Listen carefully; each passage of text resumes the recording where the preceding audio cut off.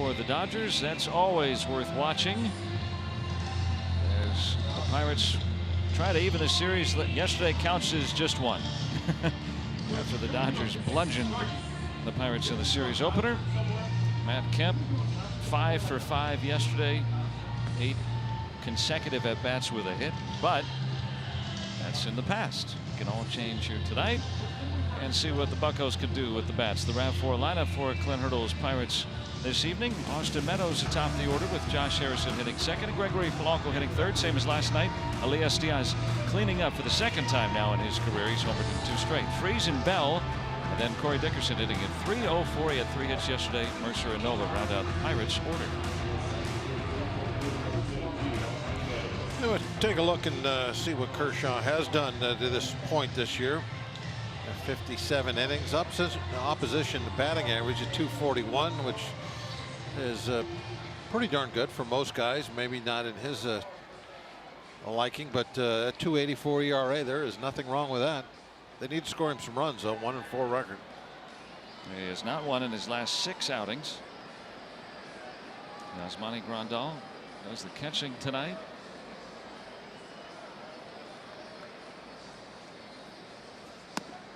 And we're underway.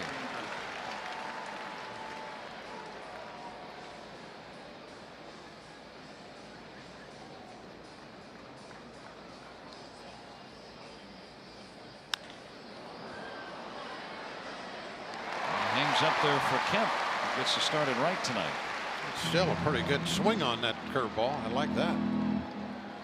Kemp catching the liner. The Honda defense for LA tonight. Peterson swings over to left with Kike Hernandez in center. Turner, Taylor, Muncy, and Bellinger around the horn. Grandal does the catching. Big Clayton Kershaw. Kemp bidding to be an all-star this year. There's Dave Roberts, the manager of these Dodgers. Took him to the World Series last year. Game 7. 91 miles an hour. That's where his fastball has averaged this year.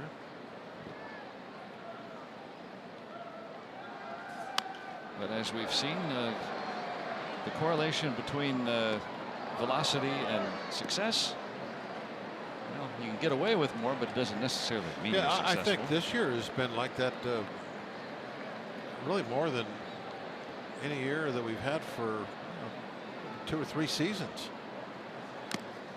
Yeah, you were saying it's like it swung back. The 90 is the new 95. It's swinging back the other way. For a while, it seemed like it was constantly all we talked about was power guys, power guys, power guys. But you know, this year and probably even a little bit last year, you know, if I started thinking back to some of the pitchers that would give us a hard time, it's the guys that are, sometimes you call them soft tossers, but they're pitchers. 2 gone. Well, we saw the ex-Pirate Wade LeBlanc inking contract extension today. How about that? I mean, with Seattle, I mean, we see so many hard throwers now. Maybe the guys that don't throw quite as hard. And of course, Kershaw, his acumen for pitching, his command. I mean, all the other attributes are off the charts. Oh yeah, that's for sure. And even though when he was young, I considered him a power guy, he didn't have, like, you know, nowadays, you know, the 98, 99. He was, you know, he'd go up there at, you know, 95. Above average. Yes, he had an above average velocity fastball, a great hook, and knew what to do him and had the control to do it with, and that set him apart for a number of years. And then a few years in, added his slider. So a 4-pitch mix now. It looks like the slider this year is getting thrown even a little more often. Gets the call. Yeah, if there's any pitcher on earth that gets a call. Oh, yeah, this is what used to see a lot in baseball. You go back 30 years ago, that the star pitchers, they had a good sized strike zone. Once you got established as one of the best in the game, you were going to get yourself some pitches. Yeah, there's some jawing going on from the Pirates dugout. Clint Hurdle did not like Manny Gonzalez's call of that low pitch.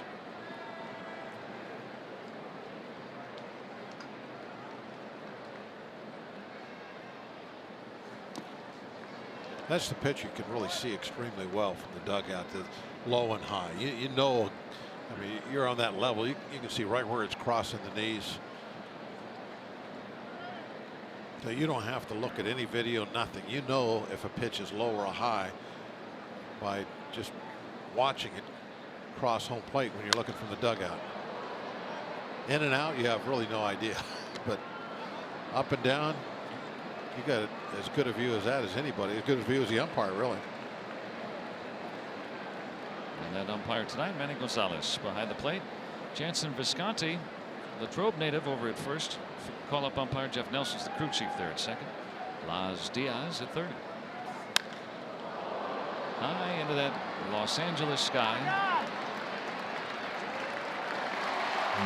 3 flyouts for the Pirates in their first. And now the Dodgers come to bat against Ivan Nova.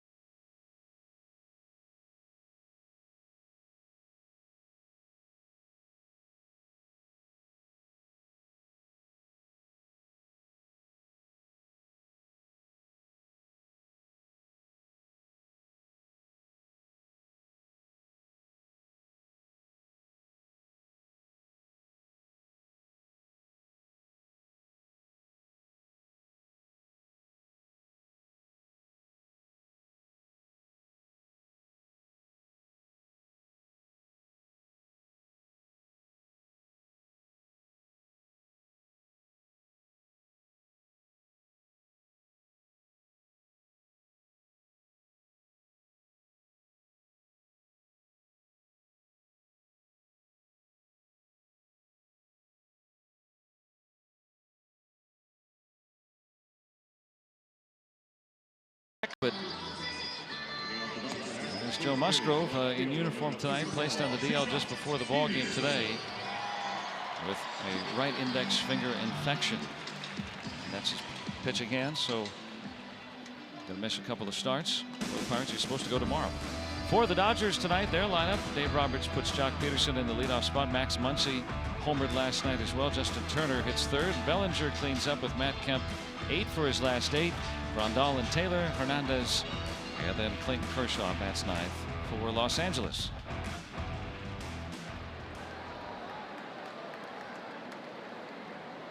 Ivan Nova's been awfully good. And Peterson has been awfully good too. Now this Dodgers team, over the last 5 weeks, they score at will, and they start off on 1 pitch and have a lead. Not a horrible pitch. Kind of outside half. It's a strike, but I mean, you got to throw strikes.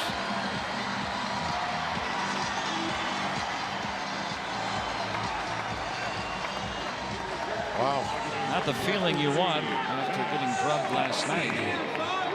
No, you're hoping that, you know, things are going to be a little different early in this game, especially. 13th home run for Jock Peterson.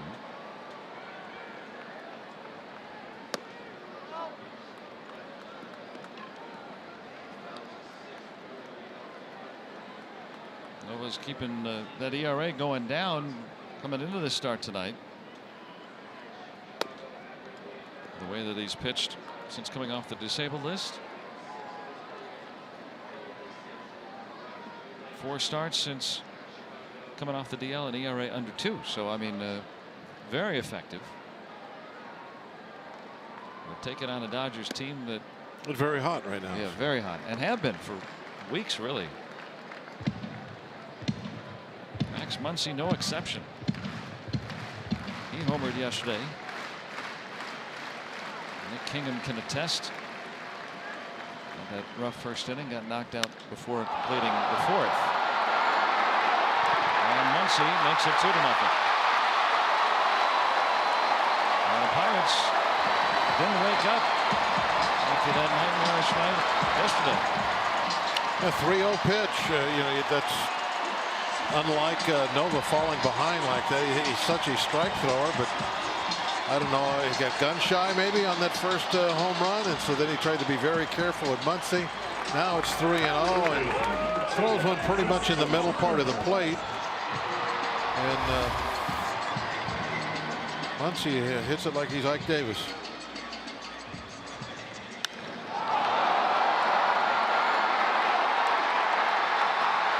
Peterson and Muncy went back-to-back, homering in the 4th inning yesterday. There's a breaking ball there. But still some poor command from Nova there. It's even when it's 81 miles an hour, it's a breaking ball up over somebody's head after getting beat 17-1, and then starting off with 2. It's highly suspicious looking. I'll give him that. Highly suspicious.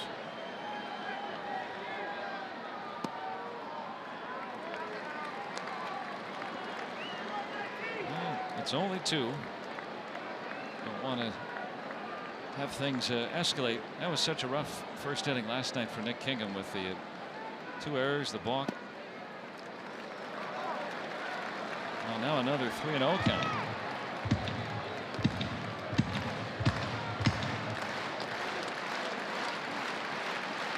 I think the Pirates going to be wearing those red caps after they have to. How about this? This is. I don't get it. That's not Nova's game. This is one of the best command pitchers in baseball. 4th fewest walks per 9 in the league.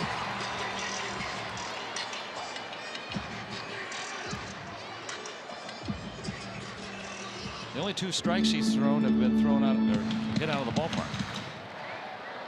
Yeah.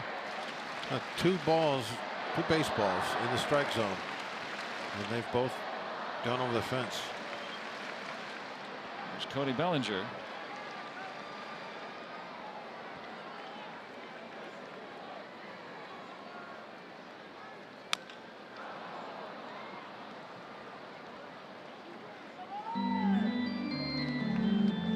Dodgers have 3 out of the first 4 bat left-handed against Nova.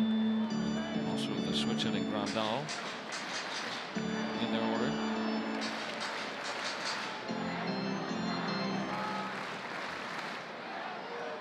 Lefties have usually been a problem for Nova, but he is coming into this start tonight been much better against left-handed batters, though tonight they both homered off him. Sure seems like his control is out of sync right here early on. I mean, even some of these pitches where he's missing by quite a bit. Even when he throws balls, they're near where the glove is. Now he's trying to throw like the second pitch that you see down there at the bottom. That was supposed to be a fastball away. So it was low and on the underneath the inside part. Plate umpire Manny Gonzalez coming all the way out to the mound there.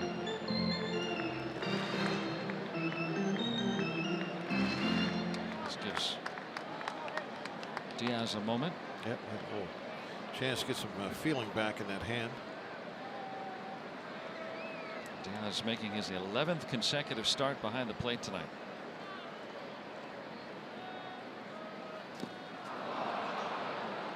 Nova comes back to strike out Bellinger for the first out. One away and can settle everything down. Let's look at our AT&T achieving more of the Dodgers since the calendar turned to June and now into July as well. They lead baseball in runs scored and in slugging percentage and in home runs. This has been a very potent offense, and the Pirates have caught them now twice full series in this span against the Dodgers. Jock Peterson already homering tonight. Yeah, when you talk about the season series between teams, so much of it depends on when you play each other. Because as we know, the Pirates have gone through a couple of ups and downs this year where they were playing very well, getting a lot of clutch hits, bullpen very steady, and there's been some times where that hasn't been the case. Now, depending what teams are playing us at that time, that has a great effect on what the numbers are going to be at the end of the year. And with the Dodgers swinging the bat so well in June, and we're playing them in June, and then here the first week of July. I mean, if you got the Dodgers in April or or May, they were struggling. They were sunk. Struggling. So yeah, I mean, just there's no. What I was thinking about earlier too is let's say the Cincinnati Reds.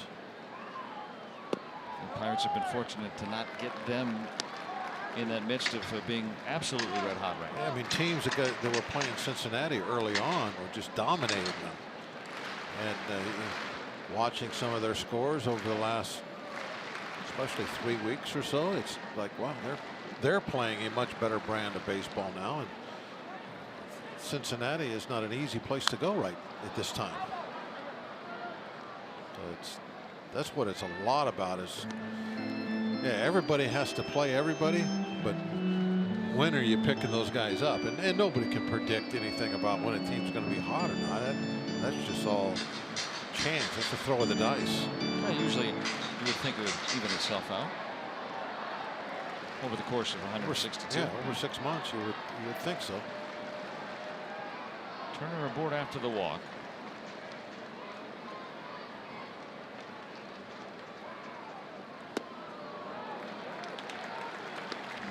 Third 3-ball count of the inning.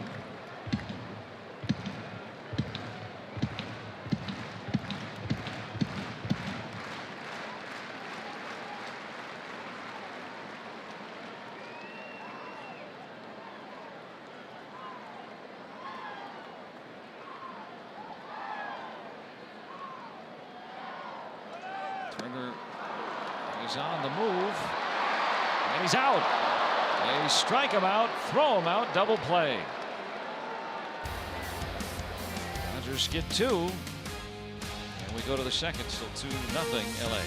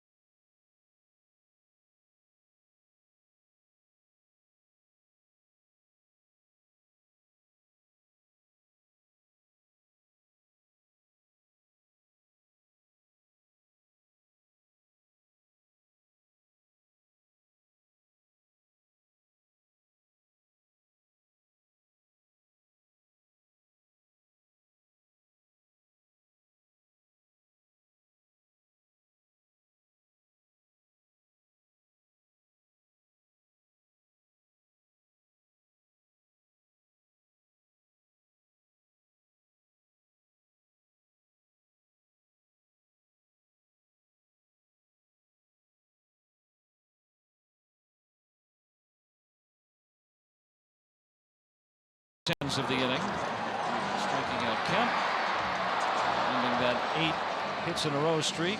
A real nice tag by Jay. Caught that about shoulder high and quickly brought just straight down. Diaz got it there in a hurry. Time to jog off now. Well, maybe that'll change the momentum some after 5 pitches in. Dodgers with 2 homers.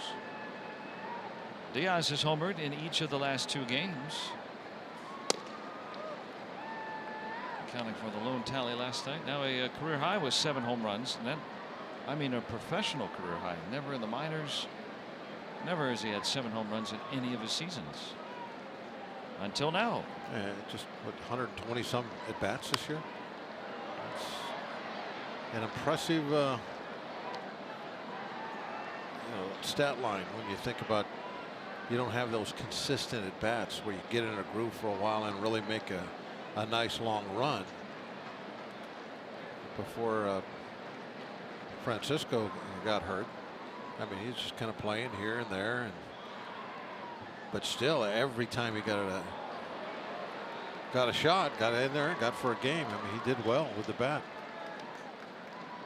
And that's a big reason why, the Pirates catching tandem has been the most effective offensive unit in baseball. And drastically outperforming what they have done in recent years. Saw the curveball again. Diaz trying for 2. And he's in there. Diaz with a leadoff double.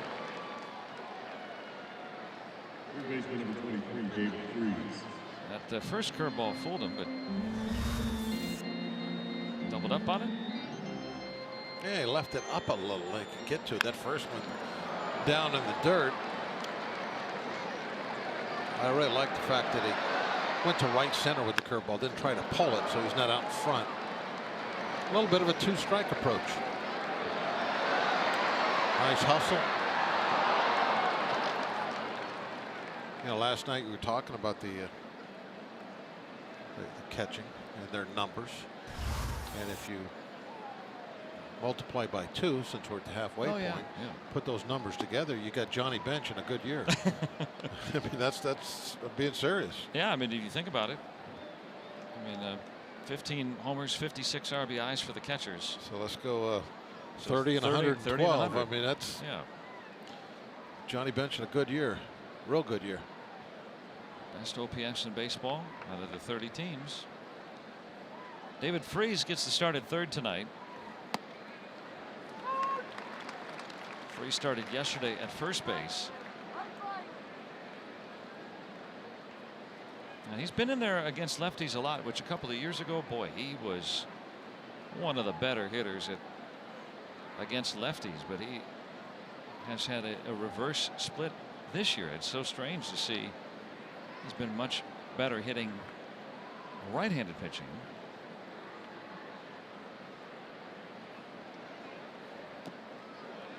And against lefties. Well, I'll tell you what, that hook still looks pretty good, doesn't it? Yeah. What did Vin Scully used to call it? Public enemy number 1? Wow, that thing falls off the table. That's a high table. Yeah, the numbers against lefties 213, only slugging 246 against lefties. So less than half of what it was 2 years ago. Well, that's improved. He's going to get Diaz home as David Freese drives in the Pirates' first run. It's 2-1. He tried to get in on him. That big hook, fastball, tried to throw it in on his hands.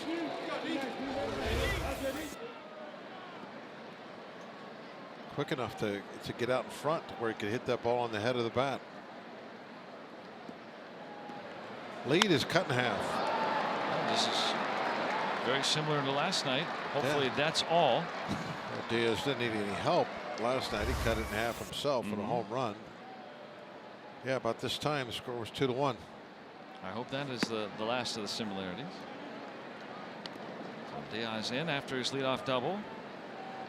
David Freese with his 21st RBI. And Josh Bell.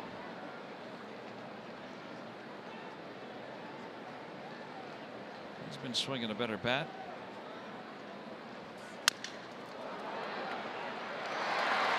And that's the first out. Didn't sound good off the bat. I think that one might have cracked that piece of wood.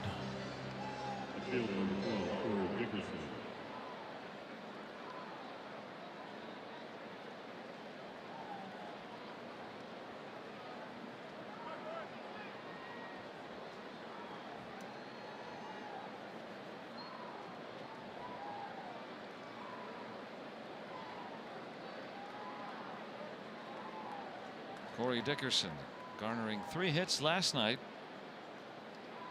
Looks very 4th of July. Yeah. Right? Patriotic looking sleeve. Those gloves he's got.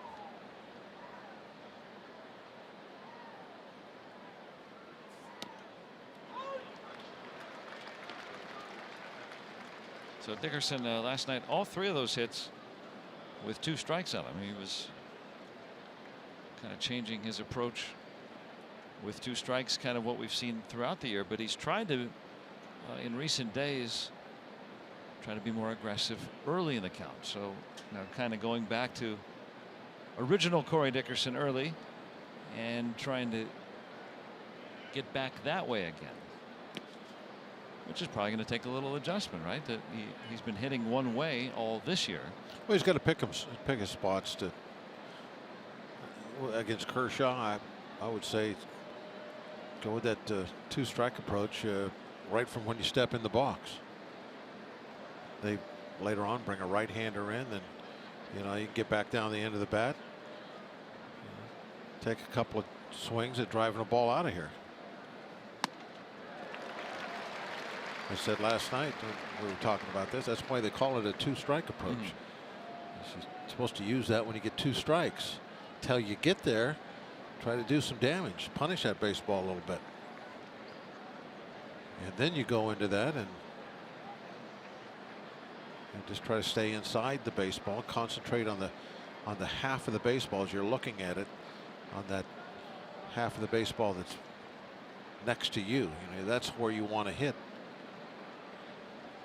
the inside half. And Dickerson comes way up the bat, choking up now that he has 2 strikes on him. It's like what old kind of a cliche term that if you weren't a very good hitter, good pitcher out there, they'd tell you take 2 and go to right.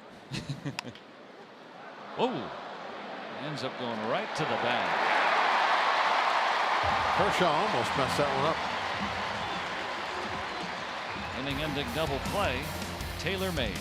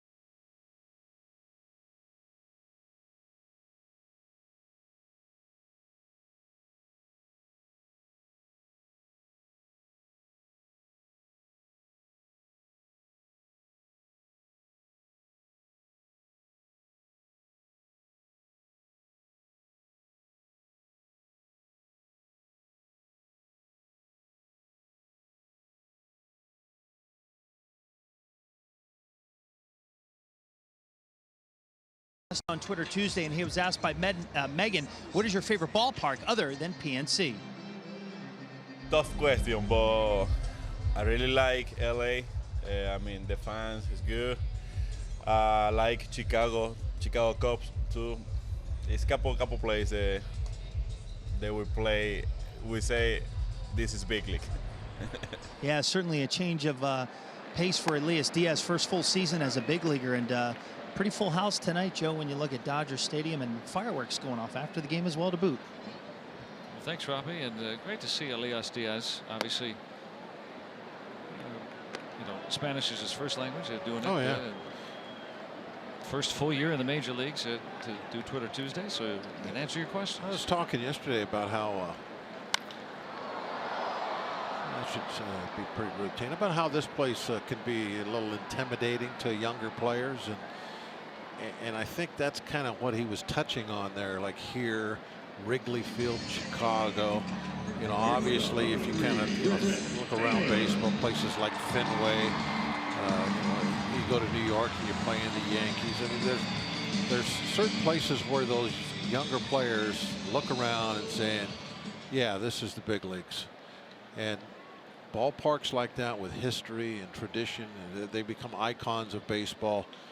And there's a little bit of distraction going on when you walk into these places, when you stand out there and look around. And Dodger Stadium is certainly one of those.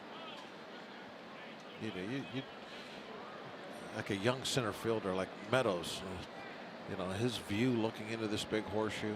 This is such a beautiful, picturesque place too, with the San Gabriel Mountains off in the distance. Taylor drives one to right. He's running hard out of the box. That bobble. Got to get it in. Yeah, he can move. It's all the way to third rather easily. Yeah, he was rounding third. Hey, for a middle infielder, he's got some pop in his bat that you know, to center field and right field, as we see here. The other day we were watching, well, about a week ago, watching on the television. I think it was when we were in New York. He hit a home run here to dead center. We were watching the West Coast games after ours was over there. You see Polanco didn't get it picked up in time, and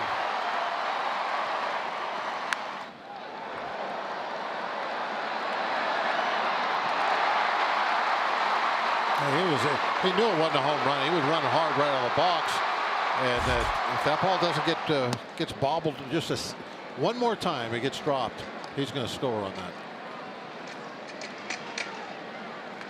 Polanco got in a little bit of a hurry. He got rushed. And so a triple. His 8th, now tied for the league lead. Infield in.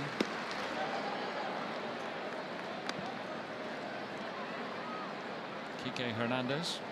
Just to add on about Taylor, he had 21 home runs last year, 3 more in the postseason. He was League Championship Series co-MVP, so a down year this year, but his center field opposite field pop is well beyond his size when you look down there at him.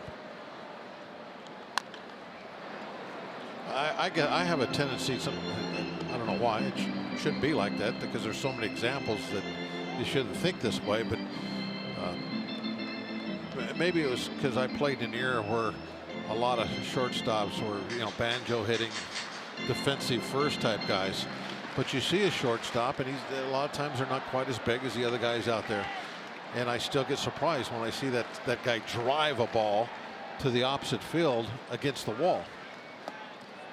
I mean, Larry Bowa didn't do that.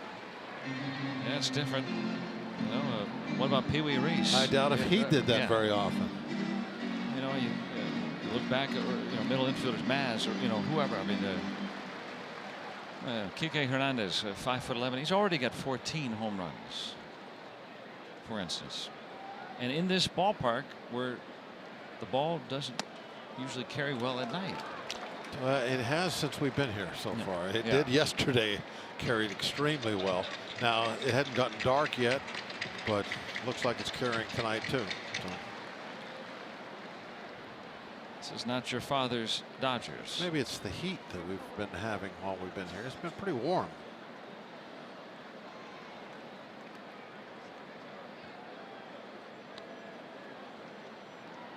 Hey, there's Tommy Lasorda, longtime Dodgers manager. That's the Tommy Lasorda seat. Only time I ever see him here, he's always in that seat. Third row, just to the right of the Dodgers dugout, as close as he could possibly be to his old top step. That's the second walk issued by Nova tonight. Actually, he's probably really close to his top step, because that's kind of where the end of the dugout used to be, right about there. That's a good point. Yeah, there's his number 2, former Dodgers pitcher back in Brooklyn. I remember when I was a kid and he was managing Albuquerque. The AAA yes, club back then. There was they did a little special, and Tom Paciorek was there, and they were showing him take extra batting practice with the AAA manager. Left-handed pitcher. He was throwing breaking balls to Paciorek. Longtime understudy to Walter Alston, right? And then he moved in. Got the job. Got to play. Taylor to the plate. He's out.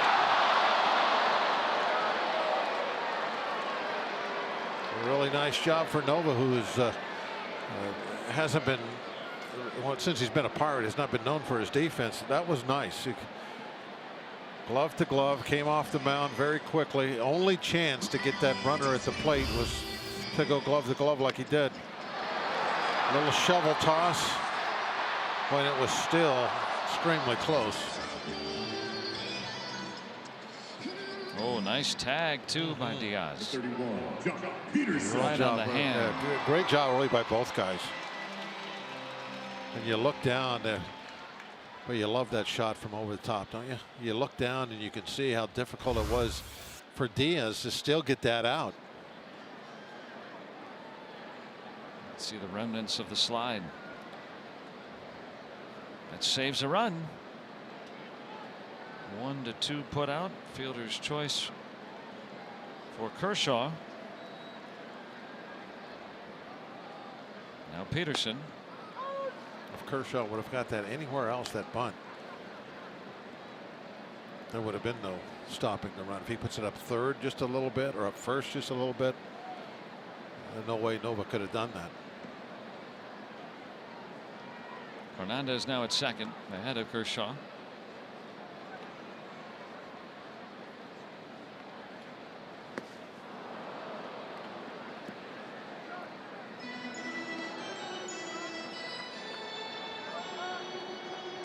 Nova was thinking after that first pitch fastball home run that he may not throw Peterson another fastball tonight. Thrown him a pair of curves so far.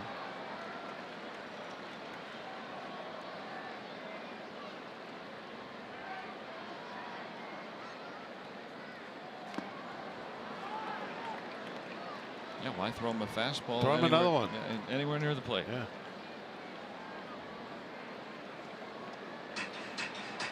Don't throw him a strike till it's 3-2. Even if you do throw a fastball, don't throw it for a strike. Now, if it gets to 3-2, yeah, you can't walk everybody. You can't pitch around everybody. But right now, you got a runner in scoring position. You're down by a run. You got a tough opponent on the mound tonight. Throw him a neck high fastball, right? It was a little bit off the plate away and down, and got a lazy fly ball out of it. So nothing for the Dodgers in the second.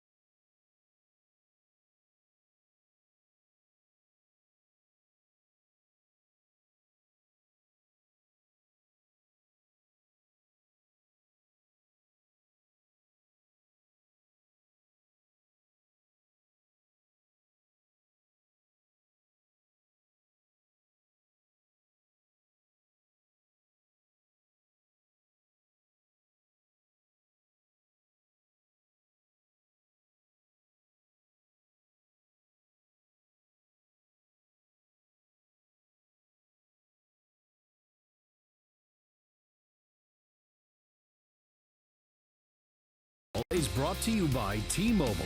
Show your military appreciation and use hashtag HatsOffForHeroes. T-Mobile will donate $1 for each post. And by the law firm of Bordas & Bordas. Bordas & Bordas, fighting for justice. Let's go Bucks! Dodgers 2, Pirates 1 on the UPMC scoreboard. As we begin the third. Great to see all the Pirate fans here in Los Angeles. Those who admire past greats and the current club.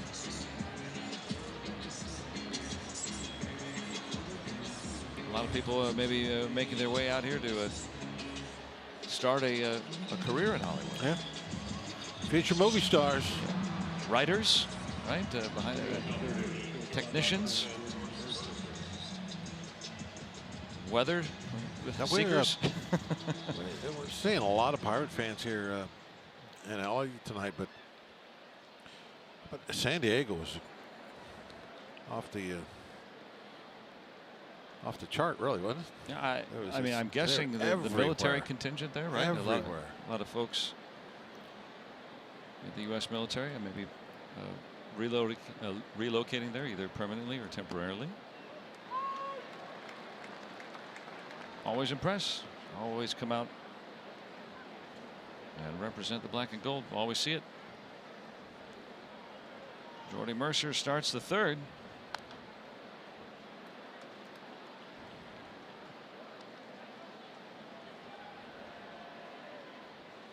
He's been swinging a better bat, especially against lefties. The last month and a half or so, hitting 400 against lefties. Not every lefty is Clayton Kershaw, though. Turner collects it and gets the out.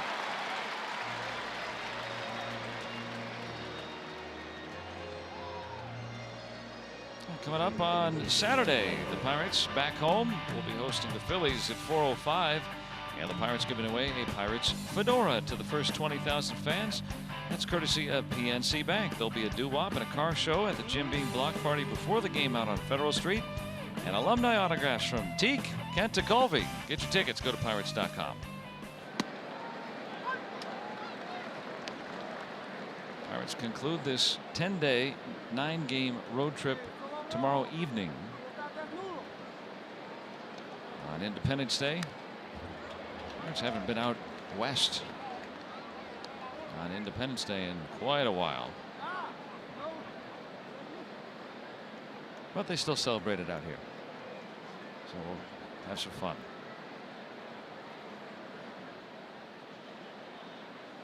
Fireworks tonight. They'll observe it a little early here at Dodger Stadium. Yeah, it's an early game tomorrow, so it won't be dark. Yeah, you don't know how the time is going to work out, so I'm going to do it tonight. It'll be dark when this one's over. Hopefully it's a good long show.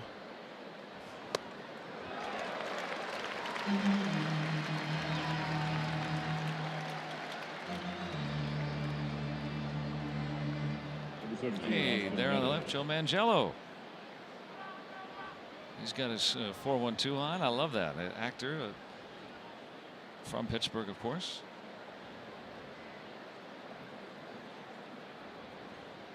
So that's a short commute. Much easier for him to see his Buccos here in LA. That's cool to see. Yeah, the stars always come out here at Dodger games. And that's one of the fun things coming here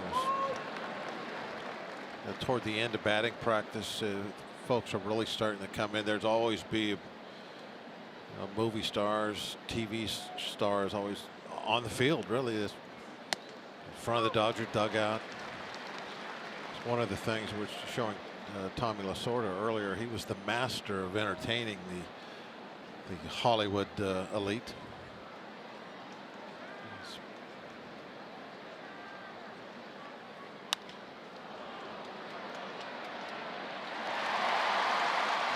Hung up there for Peterson. And Meadows is gone, and the Pirates as well.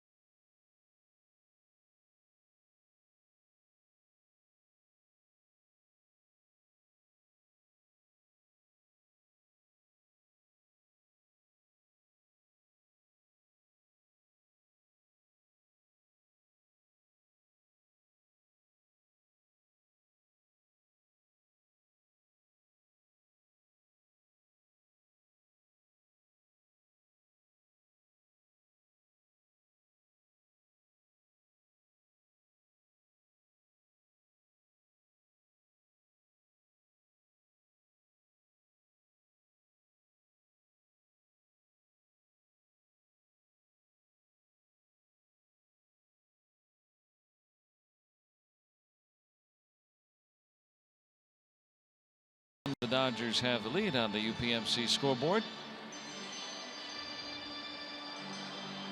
Well, got to be 21 days old. No, 21 years old. That's just the can for you, sir. An empty can, just something to play with. A little toy is all. You can have the water. There you are.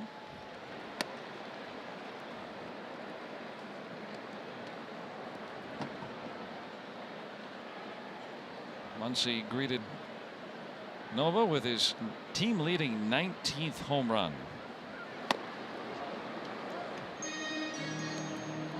So the Dodgers were pennant winners last year. I don't think that there's a lot of people that predicted Muncy would lead the Dodgers in home runs this year, like say during spring training. Or be on the team.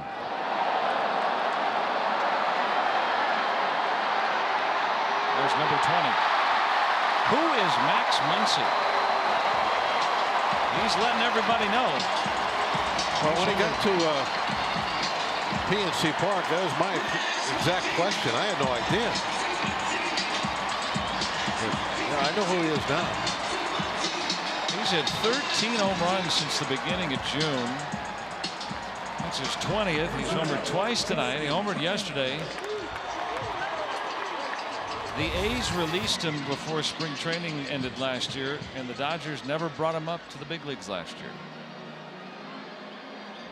Start of the year in the minors. He has 20 home runs. Turner to left. That ball got in on him. It's going nowhere. Easy out.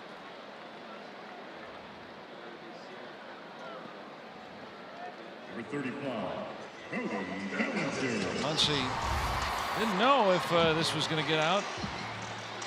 Inches. Now Polanco, very tall. He can get up over that wall quite a ways, but still not high enough.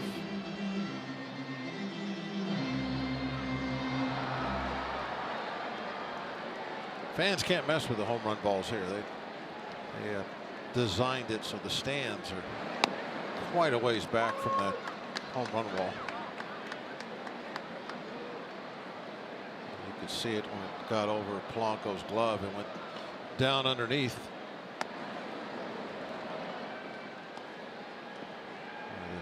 The concessions are underneath those stands. Yeah, a little buffer for the folks in the pavilion. A good idea. You know, you never have to have those meetings.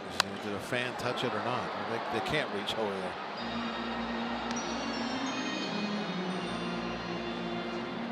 There it is. Just sit back away from that wall. No fans can jump out on the field or anything like that. Well, good idea.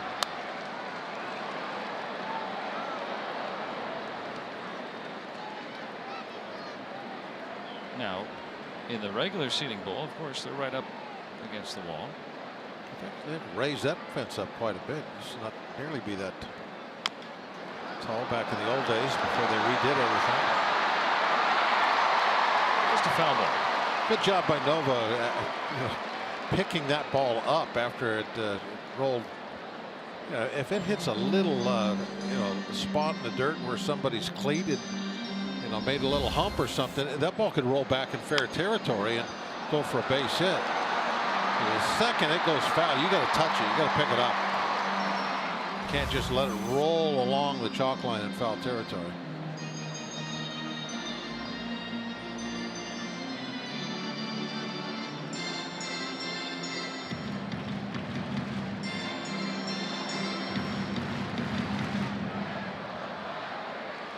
Bellinger yesterday beat out a ball at first. He was running inside the line.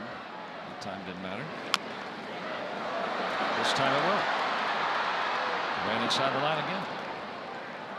Diaz still able to get an angle and make the play.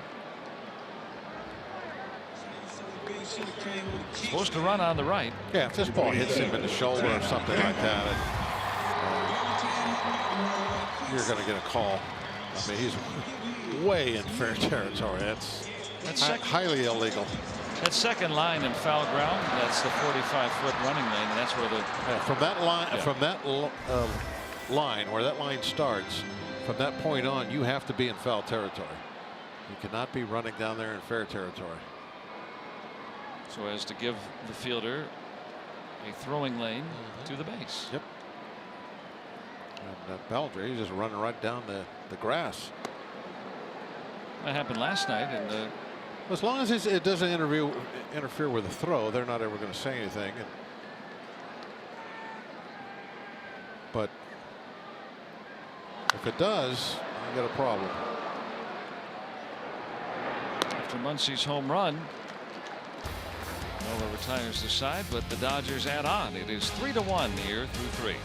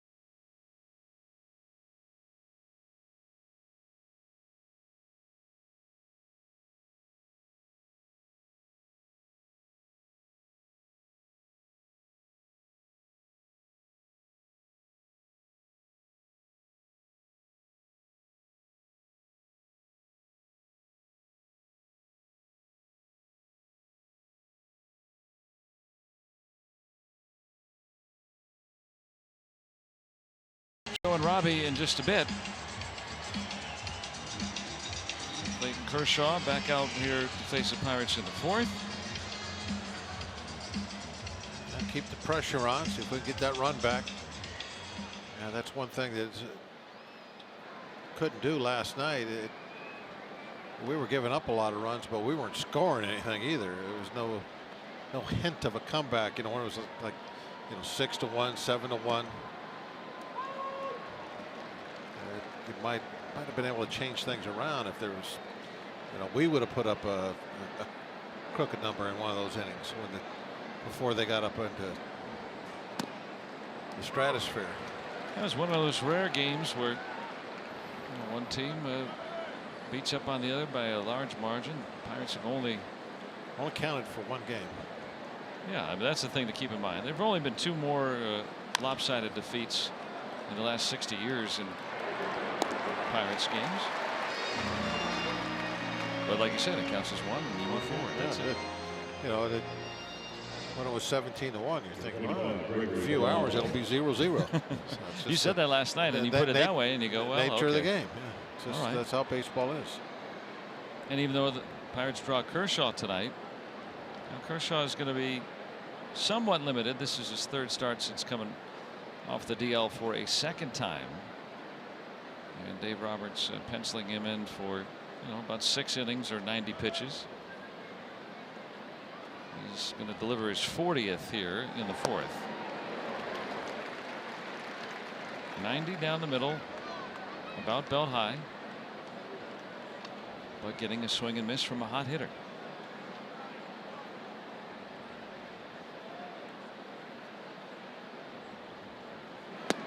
Everything to describe Kershaw, what he's accomplished so far in his career, I think you can't overstate it enough. I mean, to use a statistic to tell you about his earned run average, his career earned run average, which is what everyone uses for, who's the best, right? Compared to the other guys that he's played with in his career at the time, it's the best all time. Because there are guys with lower ERAs, but that's when there was less scoring at the time. So if that makes sense, you got to compare apples to apples. Yeah. So you use that stat. He's best minted around, best starting pitcher at least. 7-time All-Star, 3-time Cy Young Award winners, won an MVP, a Gold Glove. And when you're talking about Sandy Koufax and Don Drysdale, who have worn Dodger blue, he might be even better by the time it's all said and done. Goes back to the old Milt May answer to the question, why is this place so hard to hit in? Why is it such a good pitcher's ballpark? And then he started just rolling off the names. And that was before Kershaw. I mean, that was back in like Hershiser's heyday. But he started off with Koufax and Drysdale, and just went on and on through the years. Of all the great pitchers that they've had here, and that's a big part of why this place is tough to hit it. Also, not just the heavy air at night. They have had some just fabulous pitchers over the years. There's Oral Hershiser, part of the Dodgers TV team, and you think about the transcendent pitcher that he was, Fernando Valenzuela. Wow. Now, did he win a Cy Young and a Rookie of the Year the same in 1981? He might have won them the same year. He came up in '80, and that was when Fernando Manio was 81 was his. But '81 he was the Cy Young and the Rookie of the Year. You're right. I mean, in the strike shortened think season. about that. You come up, you win the Cy Young and a Rookie of the Year in your first season, and a Silver Slugger, and he was 5th in the MVP vote. He was really good, and it wasn't good for long enough to be a Hall of Famer, but for that time that he was good, he was a Hall of Fame caliber pitcher. Yep. And a great guy too. Could hit, do a lot of things.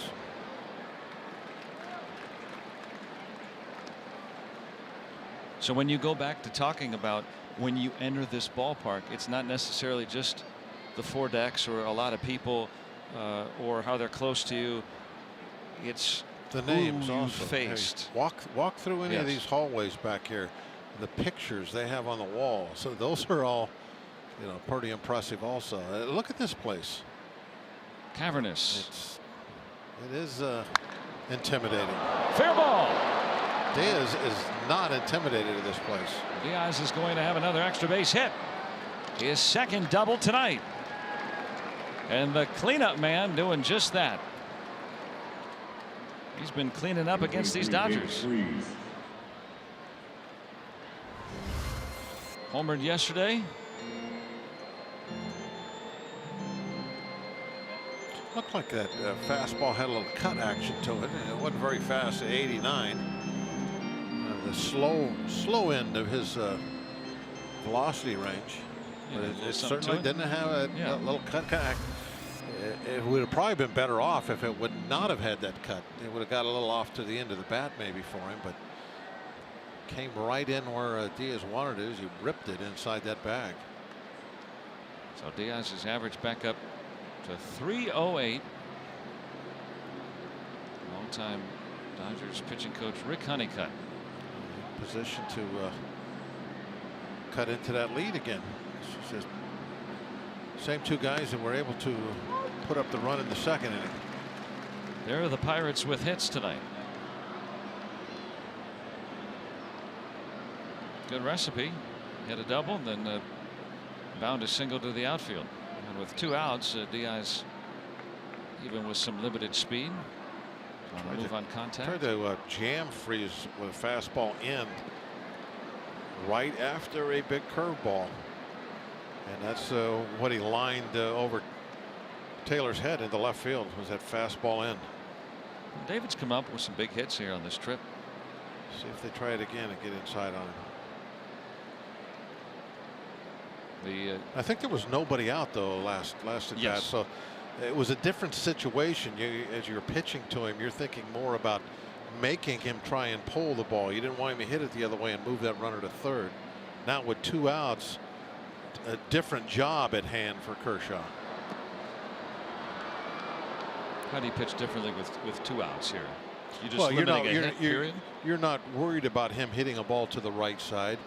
You're not up there thinking, okay, he's committing to hit a ball to the right side because he wants to move that runner. You put those things together, and you're like thinking, okay, I'm going to throw slow stuff in. I'm going to try and keep the ball down and in. Throw pitches that are difficult to inside out and hit the ball the other way. Now, his whole palette is available. He can go away, go in, up, down. He doesn't care. All he's concerned about now is getting the out. And he's behind 2-1 on Freeze. Wants to converse with Grandal.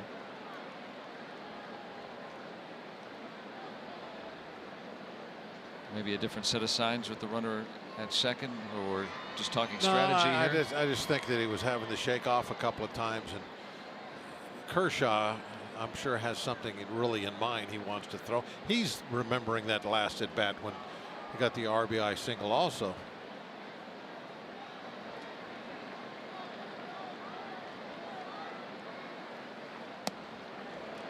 You know, sometimes that's fastball away. Grandal moved out there and he put it there. So Kershaw maybe saying, hey, I want to stay away from him this time. I don't care if he hits the ball right field. I just want to get him out. I mean, that's possibly an example of what might have been said out on the mound. And Freeze again comes through. Diaz is in, and David Freeze has driven in a pair tonight. Back within a run. Kershaw not happy with himself. I think he wanted to get that curveball down out of the strike zone.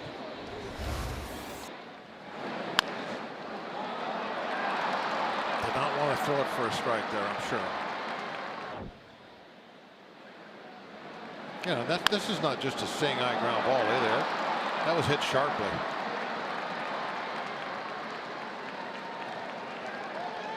Good combination tonight. Diaz with a double. They've been the 1-2 punch. Got in on Bell's hands. They're ringing after that pop-up. But the Pirates pick up another against Clayton Kershaw.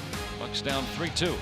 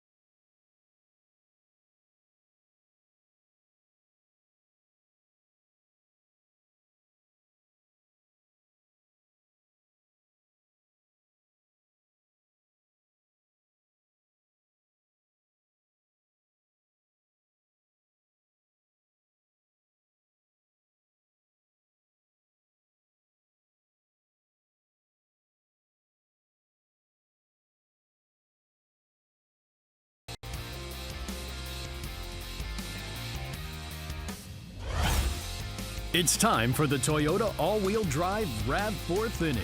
Toyota, what drives you? David Freese is driven in 2 tonight on the UPMC scoreboard. The Dodgers 3 and the Pirates 2.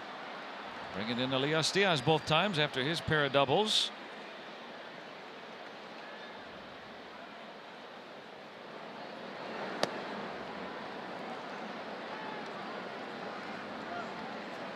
Yasmani Grandal will lead it off.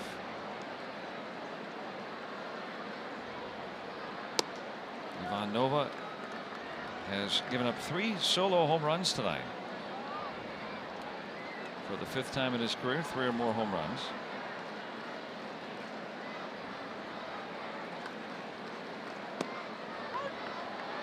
Ended up working around a 1-out triple in the 2nd. He's walked a pair tonight.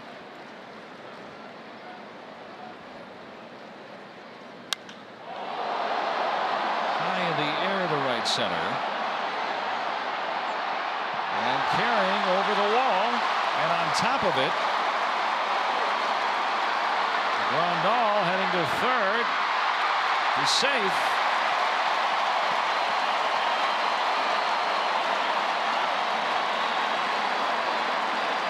And either that hit the very top of the wall or just over it. We'll see, but at the very least, Grandal's at third. I thought it hit over the wall and bounced back with the over. way Polanco reacted, it looked like he thought it was a home run. No, right on top of the that's wall. right at the top of the wall. Yeah. Right off the top of the wall, not a home run. Springing off that cushion. Grandal admiring his hit right there and ends up at third. They deserve to be thrown out at third after the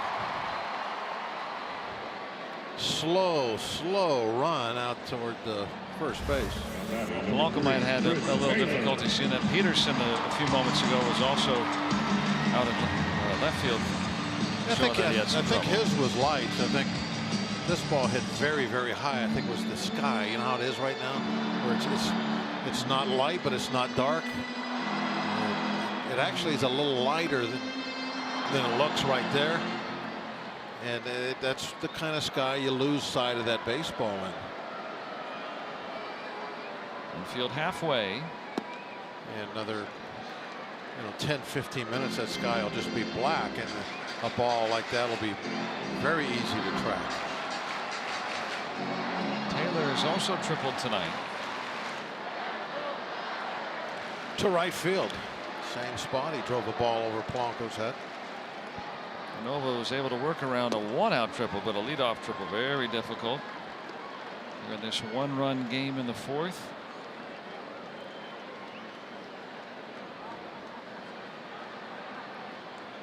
Grandal, a catcher, with his first 3-base hit of the season. Still can't believe he jogged so far on that one. So still got a triple.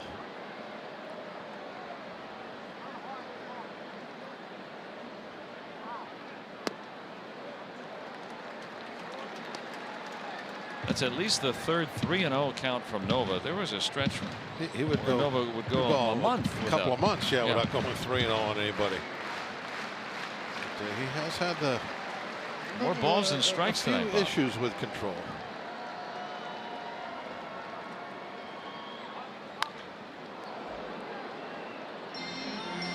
And for whatever reason, it's kind of strange. Throughout his career with the Pirates, at least, when Nova pitches at PNC Park, he's an all-star. When he pitches on the road, the ERA much higher, about a 2-run difference, and that has continued. I don't think you'll hardly ever see a PNC Park where he's thrown 55 pitches and most of them have been balls. And that's the case tonight. Very unusual. And golfed out to the pavilion.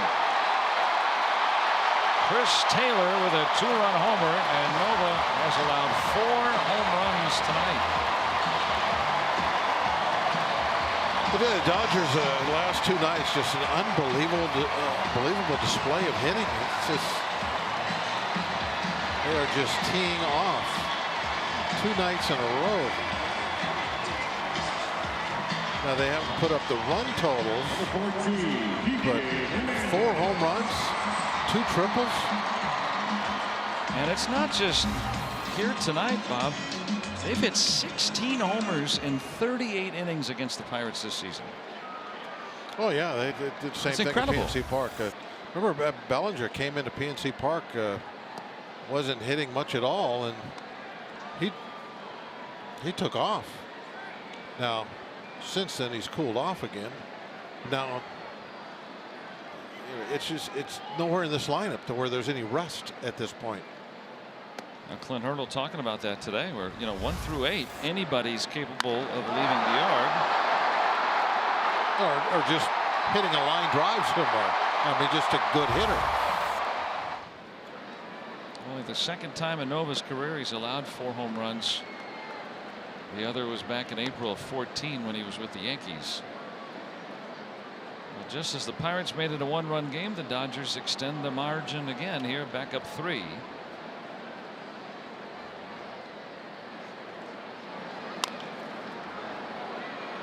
It's a fair ball.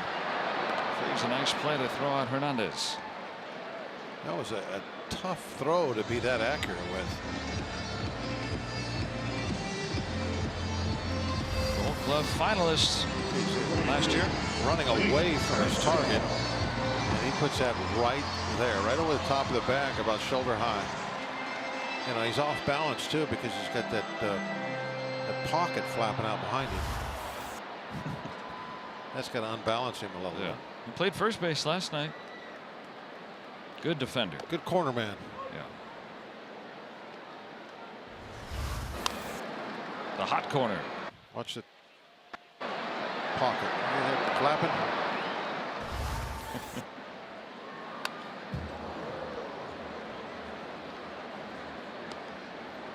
Clayton Kershaw laid down a bunt his first time. Trying to bring in Taylor, who started coming home from 3rd on contact. He was thrown out at the plate.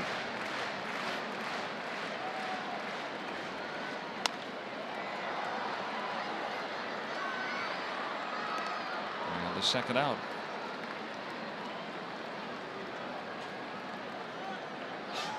Kershaw ran down that line better than his catcher did. That was Grandal who hit the triple, and it ended up not mattering. He scored ahead of the Taylor home run. Routine ground ball. You don't see pitchers run anything. I mean, even. Well, this is a routine ground ball, and I mean, he's at least going more than half speed. A lot of pitchers. Well, no, that's pretty close to full speed probably for Kershaw there, Okay. I would think. I would say he was giving it 85%. That's what you want on that. You don't want a guy going 100%. I wouldn't want Kershaw running any faster than he just did. I like to see that, though. The guys getting down the line. Yeah, you don't want to see him on a routine ground ball going 100% down the line. I mean, why? What's the point of that? But you don't want to see him walking down there either. Make the fielder make what play. he does sets a good example of everybody in that dugout. If he can run that hard, well, then why can't everybody else? In his 3rd game back from the DL, It's not etc. how fast you run down there, it's how hard you run down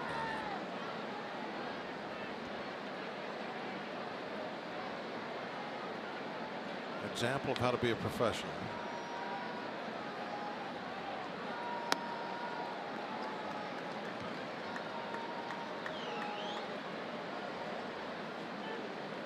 And a lot of the Dodgers who have advanced deep into the postseason last year, winning the pennant. I'm sure that's rubbed off on them. There's some younger players here. Way they're playing of late, looks like they might be headed in that direction. I know they got off to a bad start. They put a stat in the notes today, which I thought was really interesting. The Dodgers notes about, they were 10 games under 500 in mid-May. For everyone that's wincing right now at the Pirates and how they've played over some time, the Pirates are 4 games under. They've not been close to 10 games under 500 at any point this season. The Dodgers were there 6 weeks into the season, and they have rebounded to one of the best records before the All-Star break by any team that's gotten that far behind. So yes, you got to win a lot of games to get there. They've gone 29-13 in that since that time, but it can be done.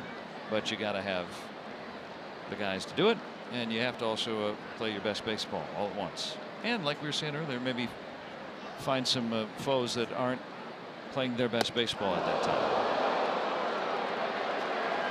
And Peterson clipped with the pitch. Not surprising that he would see a ball inside, and that wasn't way inside either. That was just a little bit off the plate. Pirates at least considering whether it hit him at all. Yeah, this is more up than it is in. I mean, let's listen to hear if. I don't know. I have no idea. I don't know if you could disprove that he was hit. Might have clipped him on that elbow guard. Yes, it would be hard to say that he wasn't hit, and I think that's why the Pirates are not going to challenge this. Even though he may not have been hit, but Manny Gonzalez thought he heard something.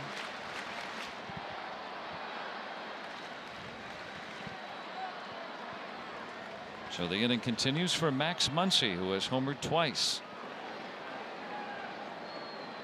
20 homers and 38 RBIs now. A lot of solo homers, including 2 tonight.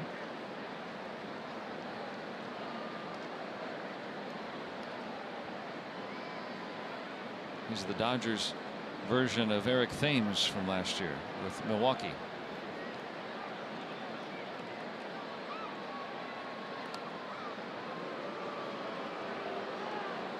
Remember, we were thinking, who is Eric Thames? And he had a bunch of solo home runs early, and then kind of slumped after that. Lefty batter, a little bit more sizable than Muncy.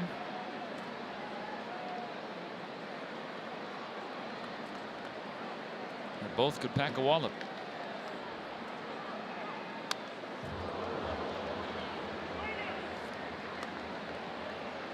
Trying to work him inside now.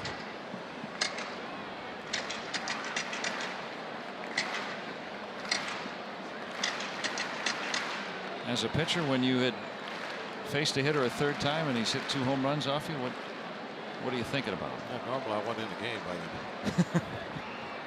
I'm giving up home runs like that. I don't see guys 3rd time. Well, you're trying to change. I mean, that's you don't want to do the same thing over and over again. That's the definition of insanity. Yeah, I guess so. Nice play by Bell. Finally get Muncy tonight.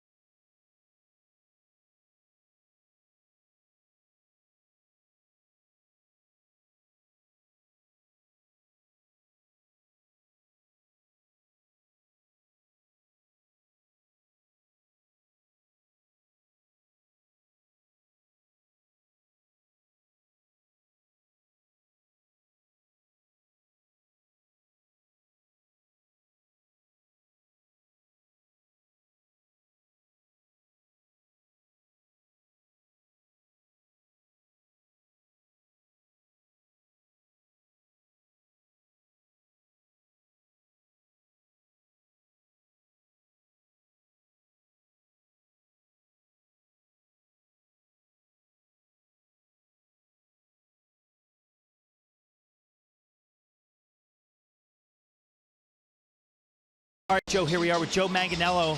We had some microphone issues earlier. All good to go now. Joe, first of all, what's it like to put on the jersey, the Buccos jersey, and watch your hometown team play in front of your own two eyes? I'm like a American journalist in North Vietnam right now. I'm deep behind enemy lines.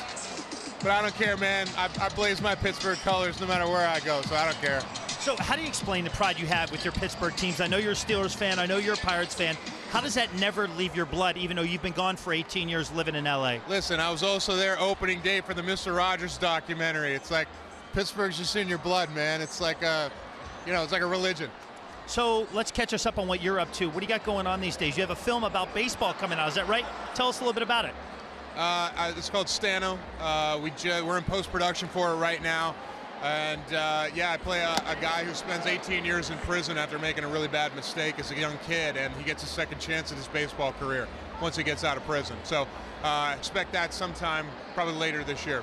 Okay, we'll be looking forward to that. Now also, you want to give a special shout out to look right in that camera. Everybody watching back at home, what do you want to say, Joe? Oh, it's so cliche, but hi, Mom.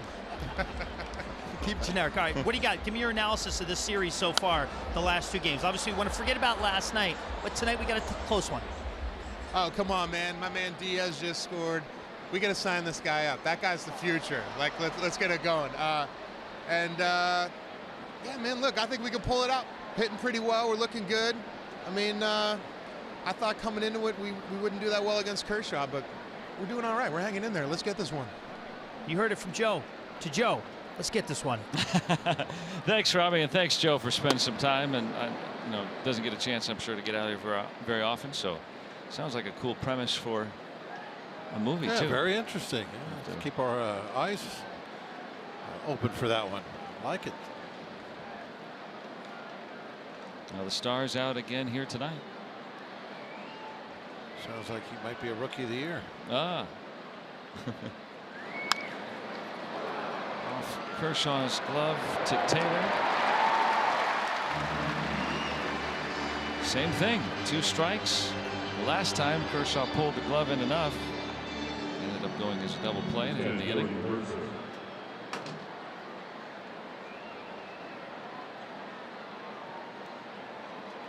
The next will be the 60th pitch of the night for Kershaw.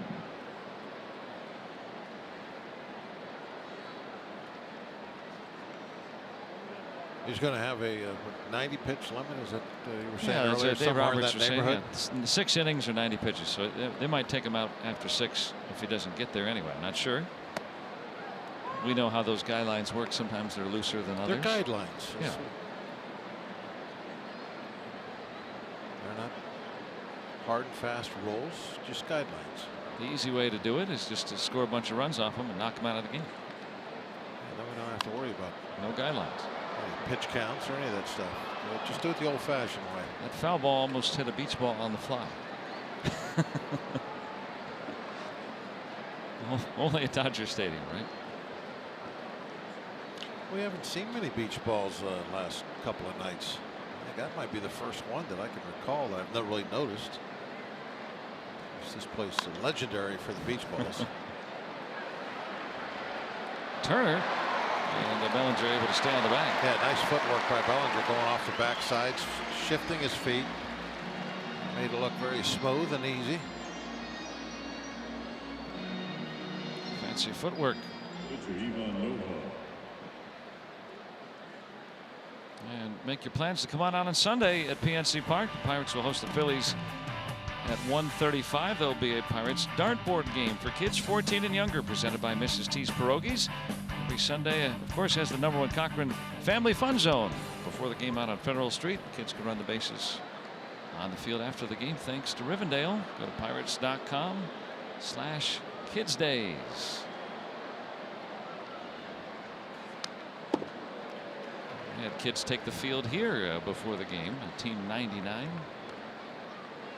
And of course, they can take their seats. Some more patient than others. Passing on the game.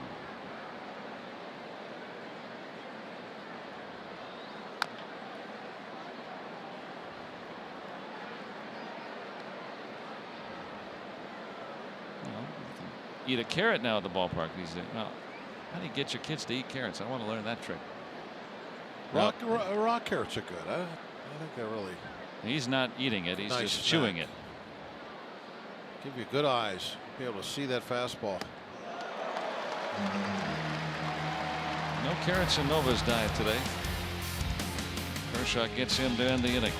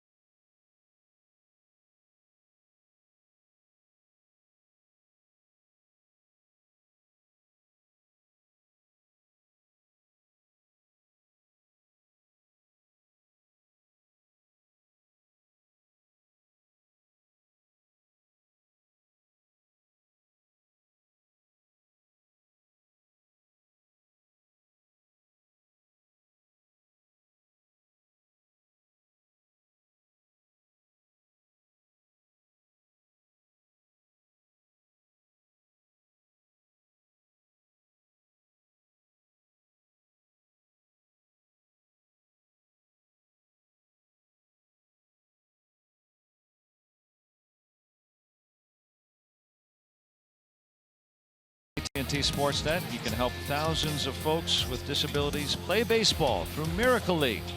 10 years ago, Pirates Charities partnered with their first field in Cranberry Township, and now the program has more than 500 participants. Please join us to continue these efforts July 28th during Pirates Charities Night right here on AT Sportsnet. It is one of the coolest things you'll ever see, allowing all kids to play.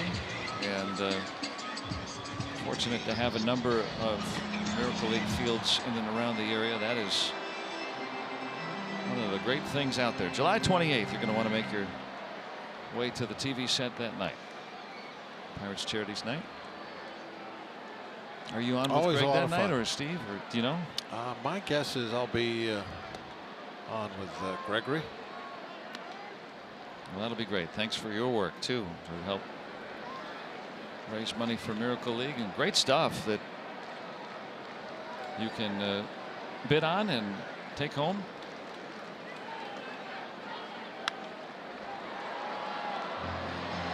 You can brag on some of the things that you get in those backpacks. There, the beach balls are coming out. Oh, wait a minute. They're just you can see it. Just getting blown up. Key is you got to hit it up behind you. Off the end of the bat, going to just dunk in. Been a lot of hard hit balls tonight. Not a whole lot of these soft hits. That says it all right there. Nova just shaking his head. It's been that kind of night again. It's keeping him around though.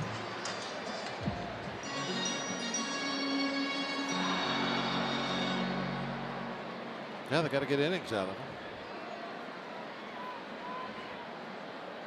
Tomorrow, kind of up in the air right now. So, Nova, you got to get as many innings as you can out of him to protect that bullpen for tomorrow. Enough room for Dickerson. Runner tags. He's out. Great job by Corey Dickerson getting to that ball and getting it in. Right on the money. Trying to get greedy, and 2 outs. Well, the reputation, right? Not that strong of an arm, but you can make up for it, right? Well, you try to have a quick release and throw accurately. That was as accurate as you're going to get. That looked pretty good to me. Jay Hay with a good tag immediately brought that glove down in front of the glove, or in front of the bag. Talked with Corey today for a radio pregame about just that. And, you know, he says he takes so much pride in his game that those are the things, you know, charging ground balls out there just to try to cut down how much he has to throw, getting it in quickly. I mean, not a lot of guys are going to tag on that ball, but in case they do, he's going to get a throw there right away. And turns out he needed used to say you got to know your limitations, and then you have to deal with them. Once you admit to, okay, I have some limitations, and Corey's is arm strength. Now, what can I do to try and make up for some of that? Charge everything hard, quick release, try to be as accurate as I can with my arm. I mean, that makes up for a lot when you're talking about, you know, the arm strength. Infielders do that same thing. Catchers. Maybe some footwork. Yeah, exactly. Get behind it a little bit, so maybe you get a little momentum in that throw. I mean, you're never going to be able to make up. You know, you can't throw like Marte, but you can throw a lot better. That was a great recovery to the inning as Nova faces the minimum.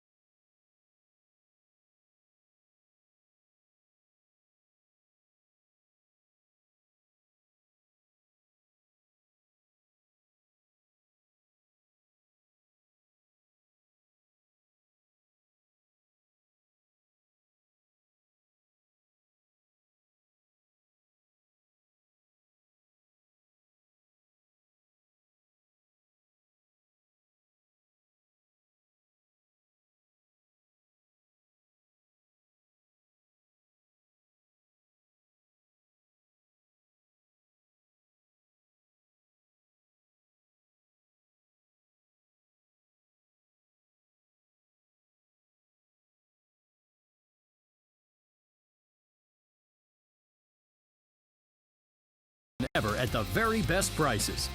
And by Allegheny Health Network, official medical provider of the Pittsburgh Pirates and fans like you. Let's go Bucks! 5-2 LA through 5. Here in the middle game of this 3-game series. Who is going to take this one? Well, we got to make a move here soon. 12 outs left. Trying to even the series against Clayton Kershaw, who this will probably be his last inning. He's allowed 4 hits and no walks. Both hits, a double to Diaz and a single by Freese in the 2nd and 4th innings. That's how the Pirates have gotten their runs. The Dodgers have hit 4 home runs. Meadows leading things off here. He's gone to right. He's gone to left. Now he's gone to center.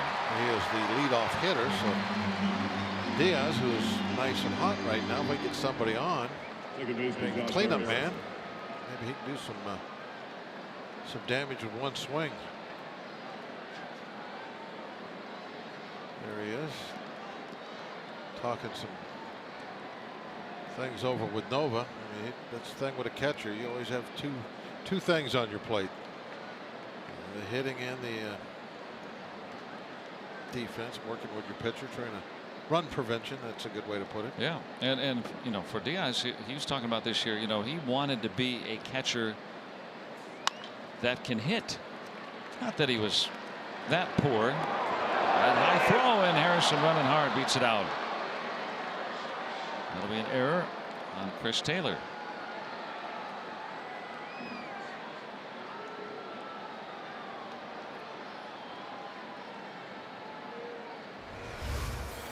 Take a look at it. It's just a simple play, a couple of crow hops, and he just let it fly. Ooh, Bellinger may have come down in time. They're going to Yes. challenge it. Looks like they might have a case. Gravity. Let's look on our Allegheny Health Network Super Mode. Bellinger high in the Watch sky. his left toe. When does it hit? Yep. Yeah, it's on It's there. pretty clear cut. The 6'4" first baseman down in time. You can hear the crowd in the background. They're looking at that same thing we just saw up on the big scoreboard here. If he were just a little lighter, maybe he wouldn't have come down so quickly.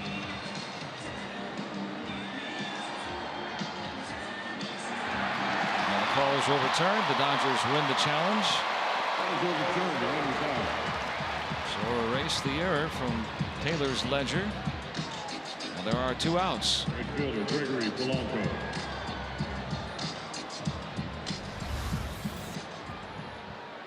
There it is again. And Jay makes a play of it because he ran hard out of the batter's box. I mean, you're seeing just what, about 2 inches? That's the difference there at the most. Taylor saying phooey after the original error.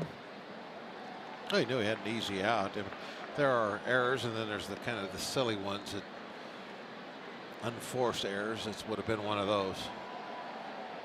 Now 2 outs and nobody on for Polanco. You know, a bad hop kind of comes up and hits you on the heel of the glove, something like that. That's going to happen. You don't have much control over, but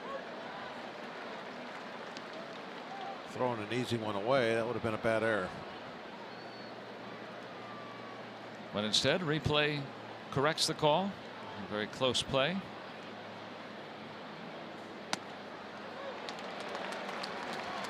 Precise.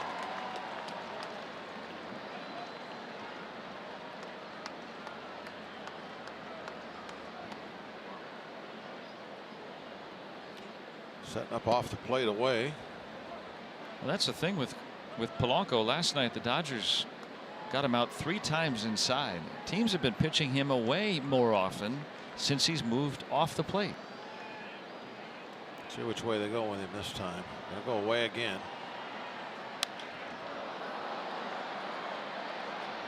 Out toward Peterson. Pirates gone in order in the 6th. Kershaw and the Dodgers maintain their 5-2 lead.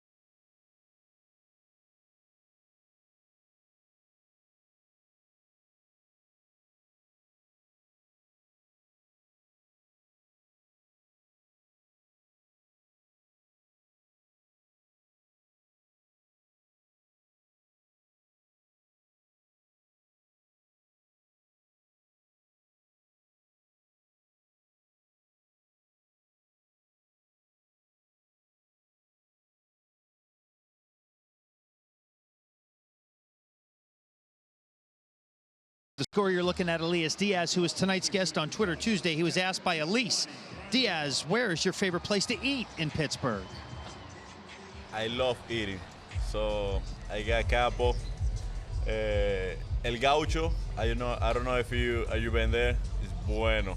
So I love El Gaucho, Parrillas Argentinas. Yeah, that's a great place to eat in the Strip District, right on Penn Avenue. Fantastic spot, Gaucho Parrillas. So food recommendations, Joe, Bob, coming from Elias Diaz. Maybe you guys should follow him. Check that place out. Yeah, that's a good suggestion. Sounds great to me. We'll follow those recommendations. Not the first time that I've taken the restaurant recommendations from a Pirates catcher. Francisco Cervelli likes a place that combines both Italian and Venezuelan cuisine. His two nationalities. His kitchen?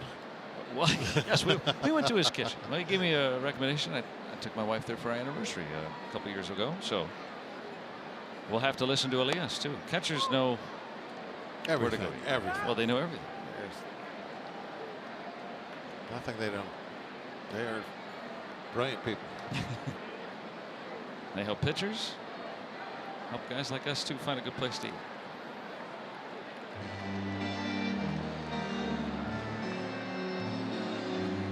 On a night where the bullpen was taxed very much yesterday,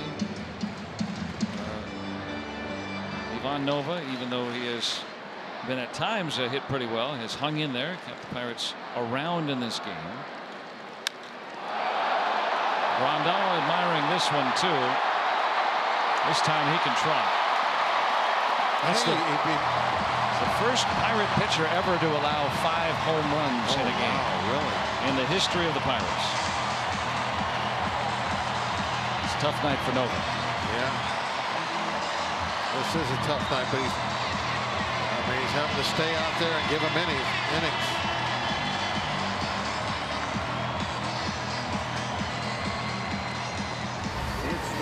There's been so many balls hit hard in these 2 nights. And he knew that one was gone. He admired it a little bit. Now he admired the last one he thought was a home run. He hit the wall. But this one was able to get over by good, about 3-4 rows deep. Over that gap and then 3-4 rows deep. Well, this Dodgers team, I mean, it's not just the Pirates. I mean, what the other day against the Mets, they hit 7 home runs in a game. They've hit 5 tonight, all off Nova. No Pirate pitcher has ever allowed 5 home runs in a game. Remember, the club started playing baseball in 1887. If I recall, the score of that 7 home run game was 7-6. They needed every one of those 7 solo shots. And tonight, all but 1 have been solo shots. Taylor, the only one with a man aboard. It was a 2-run homer in the 4th. Well, not the kind of record that a player wants, but like you pointed out, Bob, I mean, Nova is doing the Pirates a service tonight in that just trying to get this bullpen reset. With Musgrove hitting the DL today, I'm sure that's why Clay Holmes was not used yesterday. The Pirates have not announced who they would use as a starter tomorrow, but if you do the math, it kind of adds up. Musgrove announced that he was put on the DL right before the game today.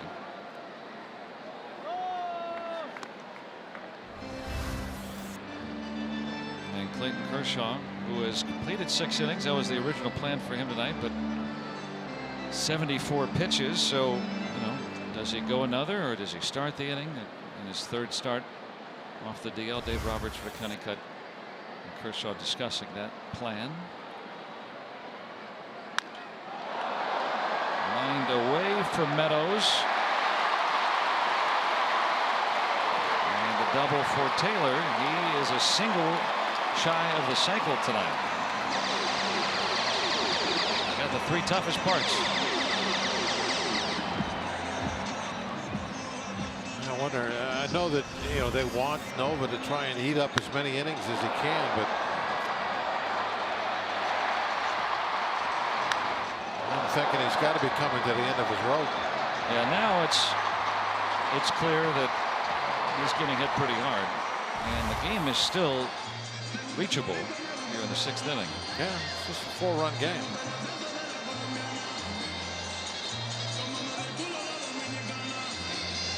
And just now, Dovydas Neverauskas, who was called up today to take the place of Tanner Anderson, who's optioned.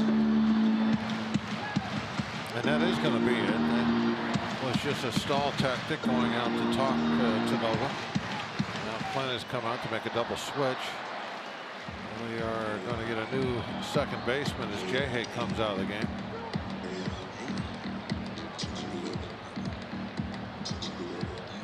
Well, Nova able to go 5+, running into this hot Dodgers team. And that'll be it for Ivan Nova here on the double switch tonight.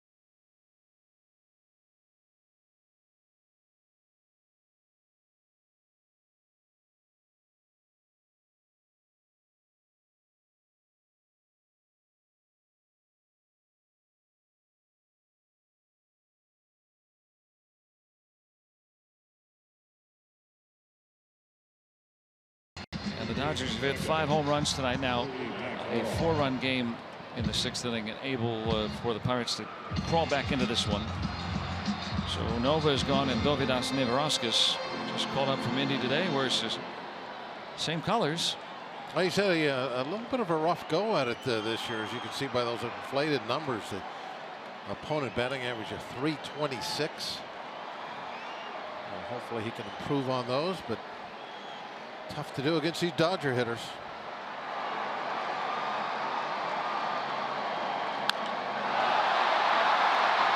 Out and deep to center, and the Dodgers homer again. 6 home runs by LA so far tonight.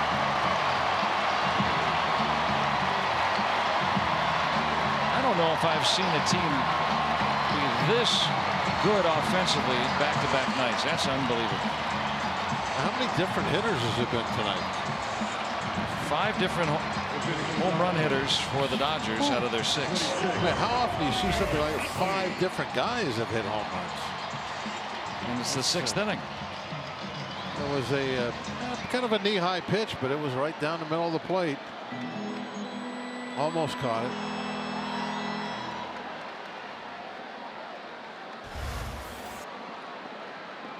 One of those runs assessed to Nova, so his line done 7 runs in his 5+. Both pitchers tonight, the first pitch they throw is a home run.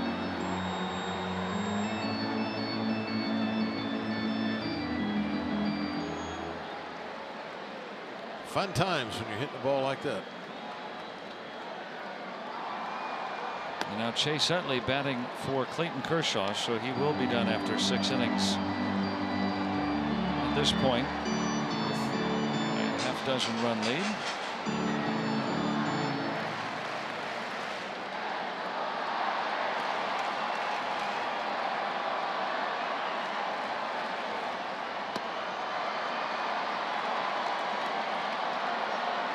So with Kershaw out, there's activity in the bullpen. Yimi Garcia is getting up, right-hander.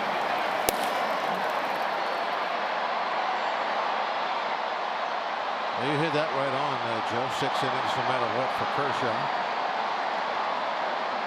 And then he takes care of Utley. It's the first out.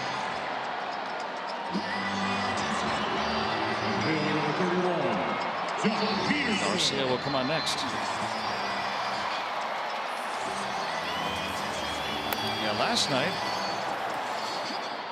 the Dodgers used Caleb Ferguson to pitch the final 3 innings. He earned a save. Yeah, they got a fresh bullpen. Yeah. Earned a Up save by in a 6 doesn't really matter much. 16-run game yesterday. Peterson is homered tonight. Pirates have allowed 6 home runs in a game for the first time since 2011. That was against the Cubs.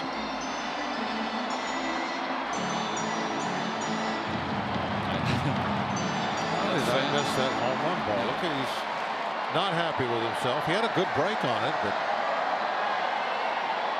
bad footing.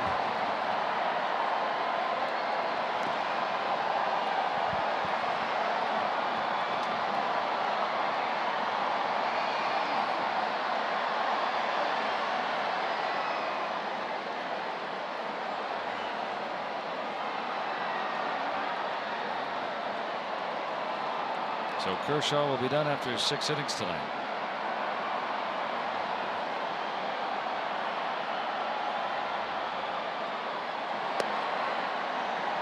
.100 from Neverauskas. Called a ball. The Pirates, you compare their team velocity to other teams around baseball. I think one of the hardest throwing pitching staffs there is anywhere. Darren Roman, who puts out some really interesting facts. One of the guys in the baseball stable of writers, tweeters, says that the Pirates have the most in the National League guys that threw 95-mile-per-hour pitches this year. Looked on StatCast. Astros the only team with more. So yeah, if you want big arms, the Pirates got them. Now, I'm curious though with Neverauskas, every time he's been up. So far, now he's been up and down quite a bit, but he hasn't had that sustained success yet at the major league level. Yeah, he's not pitched this year like he did last season. I don't think. You? I mean, I thought last year he did put quite a few back-to-back games together that where he'd look like, hey, he could do this. Now this year, I hadn't been that way. Now that you say that, yeah, in September especially, I think he started to get on a little roll. Yeah, I wasn't really impressed with him, but he hasn't been able to take that step forward this season. Although he's come in now and kind of settled things down with a couple of strikeouts, showing a real good sharp breaking ball to go with the power fastball this inning. Struck out Utley on it, now strikes out Peterson on it. That brings up a new villain in town, Max Muncy. I'd like to see him, when he throws that fastball, try to keep it in on Maxie's hands. I think that's where they're going to try and go in there. I think that might be the key to him, is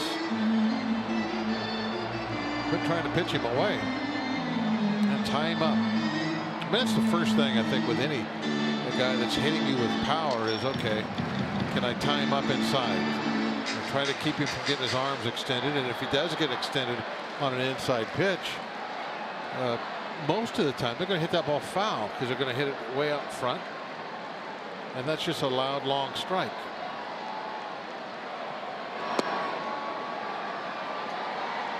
And if you're successful in there, and I was talking to the Fort and to Rob about this before the game, that if you're successful getting some called strikes inside, that's a pitch that the hitters now have to make an adjustment to. They got to speed up their bats if they want to catch up to that pitch and do something about it, get it off their hands, and then that creates other opportunities for you around the strike zone and changing speeds. Once you get them to speed up their bats, which really means committing to their swing a little earlier. And then the key becomes being able to execute that kind of pitch. Yeah, you start getting guys caught in between the slow stuff and the fastballs. Obviously, right now, the Dodgers aren't being caught in between anything. Well, you wouldn't use the phrase teeing off, and that's what it looks like. I mean, they get a big ripping swing, and they're connecting on a lot of those swings. Ton of hard hit balls last night, and there's a ton of hard hit balls again tonight.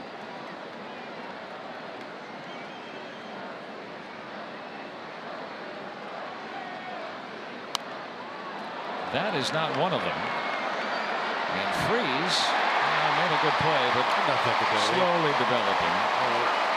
You roll a ball out that way and you're in the shift, it's going to be a base hit.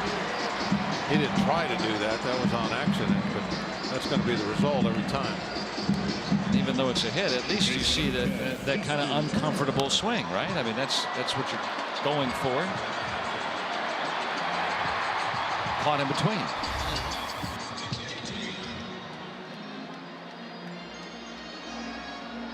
Instead of that long drive contest style swing that we've seen some of these guys take tonight.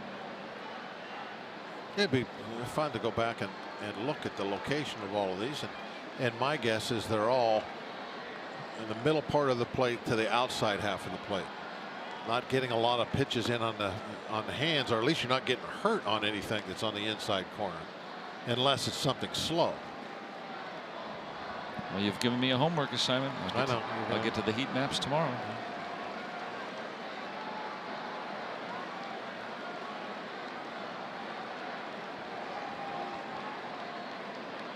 And almost always, it's not that the pitchers want to put pitches in those locations. I mean, then you go back and if you watch the video, it's easy. How many times were they trying to come in? This is not what I'm saying up here. This is not rocket science. Everybody that's ever gone to the mound knows exactly what I'm talking about.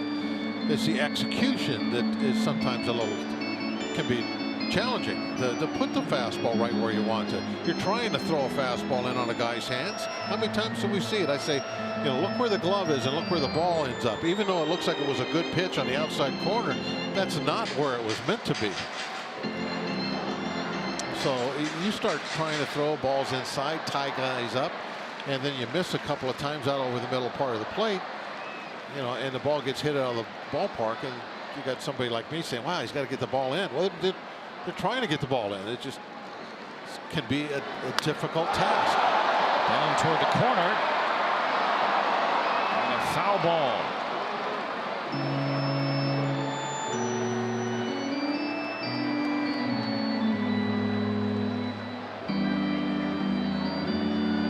I'm not sure what that pitch was. A slider? He's got the whole assortment. That ball was inside, but it wasn't his good fastball. Take something off of that. There's didn't have much spin on it, if any. No, I don't know what it was, but not his normal fastball velocity. But yeah, if you go in, you got to go in with your good stuff.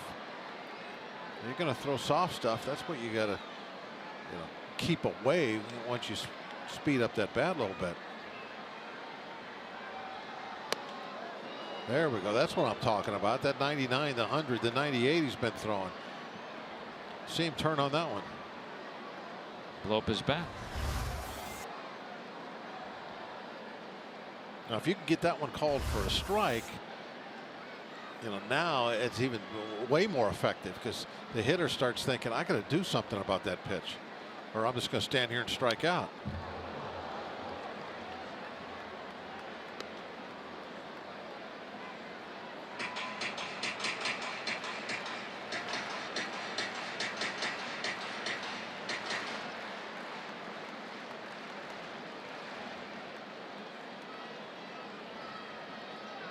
Neverauskas came on for Nova.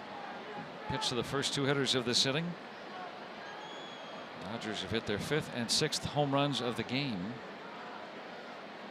in this inning. And he comes back to strike out Turner. But the Dodgers score 3 times, taking their lead to 8-2.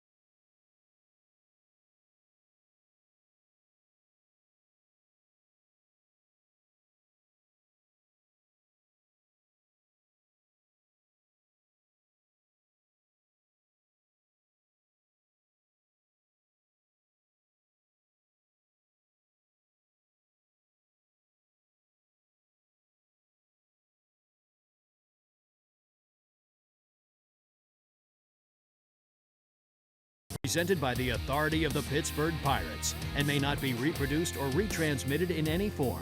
And the accounts and descriptions of this game may not be disseminated without the express written consent of the Pittsburgh Pirates.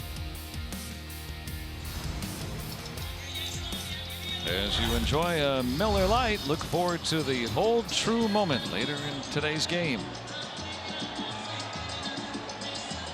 The Dodgers have collected a half-dozen homers. They're up 8-2. Kike Hernandez really punctuating that 6th inning with the 2nd home run of the frame. Dodgers turn to their pen tonight. Yimi Garcia. Not a lot of success so far, keeping guys from getting hits. Nicely put. Well, Kershaw couldn't get Elias Diaz out tonight. He rocketed a pair of doubles up to 308.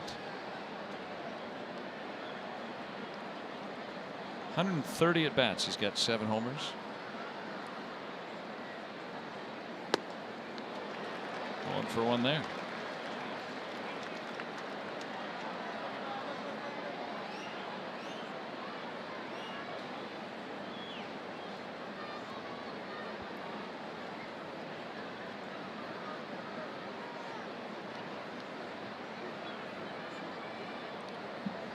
Little pause there.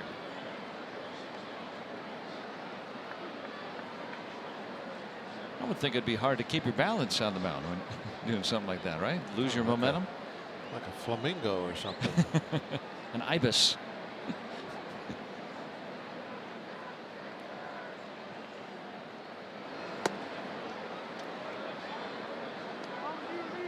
A little bit of a turn that time. I remember one of your old teammates used to have a turn like that. Gene Garber would kind of twist. It's a way bigger turn than that. Yeah, I mean, he'd show that hitter his back. And then he'd come at your sidearm after he did that. Ah, there's a Turner fan. That's a clever. That is. I think I like that a lot. That's very clever.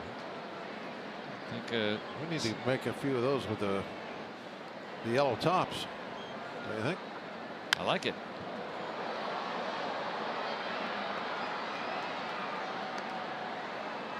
Could have a Colin Moran style one. Yellow top, a reddish, rusty beard color for the bottom. For those of you who can knit out there, getting it.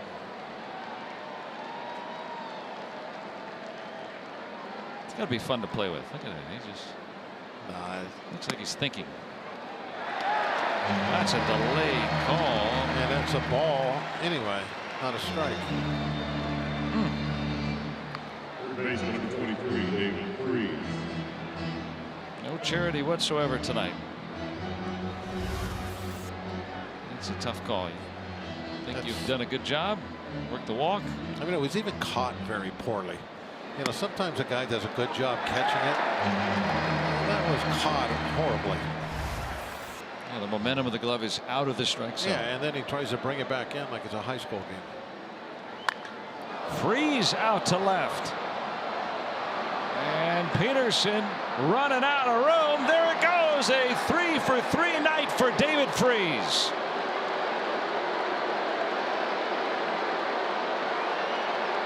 Fifth home run of the year. He has driven in all 3 runs tonight. First baseman, number 55, Manfred. I told you.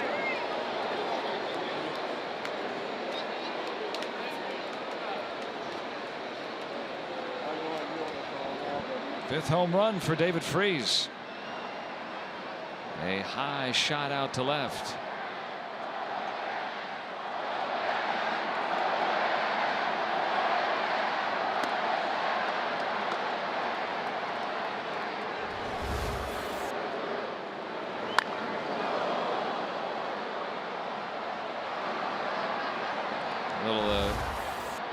Point at somebody there in the crowd. He was running past the Pirates dugout at that point. Not sure what was taking place.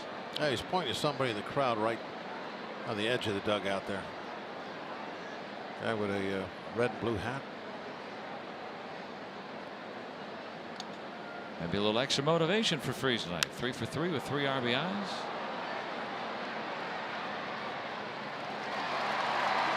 Bell is the second out.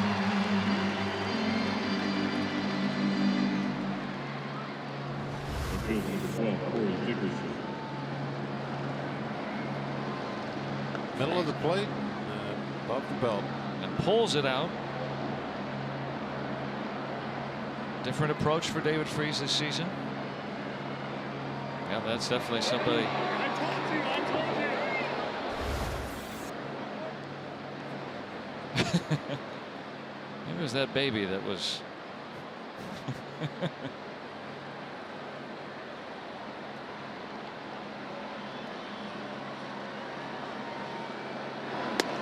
So you could hear the fans when you played sometimes? Oh, yeah, well, especially the guy sitting in the front row.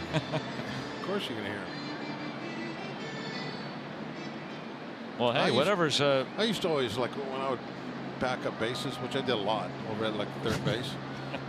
After the play's over, you're standing back there, and I would always turn and look somebody in the eye, and I'd say something to him, like, you know, it kind of to relax me, and it'd be kind of different. There he is right there. Yeah, security guards talking to him. He's got his baby out at the park. Yeah, I don't know what all that was about. That was kind of a weird situation. Yeah. But, yeah, I would turn around. I'd say, you know, I'd get somebody's attention. I look right at them. I say, well, now what am I going to do? See if they had an answer. You know, say, and everybody would always just be kind of stunned, like, you know. But just talk to me. I would look right at them and just calmly say, what am I going to do now? and they would never have an answer, and I would kind of like just smile, and it'd help me, you know, kind of feel a little bit better about the situation that I'm kind of creating out there, and lighten things up a little bit. But that you gotta have some fun with the fans, I think. You know, sometimes a very rare occasion you'll run into a fan that doesn't want to have any fun, and all he wants to do is get in your grill and that sort of thing. But for the most part, everybody is here to enjoy the game of baseball, and if a little interaction with a player comes around, it's always a good thing for the patron. I'll always remember one of the Dodger ex-managers, Donnie Baseball. You remember seeing that highlight where he went over to see if he could catch a foul ball, and the young man in that front row had a thing of popcorn. When he wasn't looking, he reached in, grabbed some popcorn, and headed back out to first base. Don Mattingly. Garcia fans Dickerson, but the Pirates and a run. David Freese homers, and it's 8-3.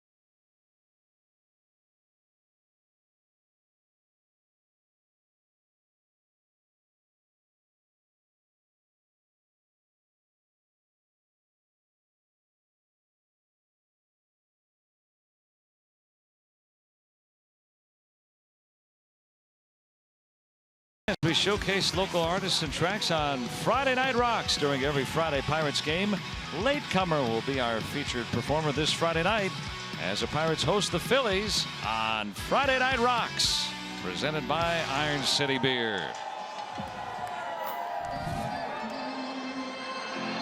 Joe and the boys hoping for a better outcome. David Freese putting on a show tonight. 3 for 3 with 3 RBIs. Bucks down 5 though here in the 7th. Well, the story is the Dodgers home runs. They've hit 6 tonight. Ivan Nova allowing 5 of those home runs, the first Pirates pitcher in the history of the franchise to allow 5 in a game. But he retired Bellinger all 3 times.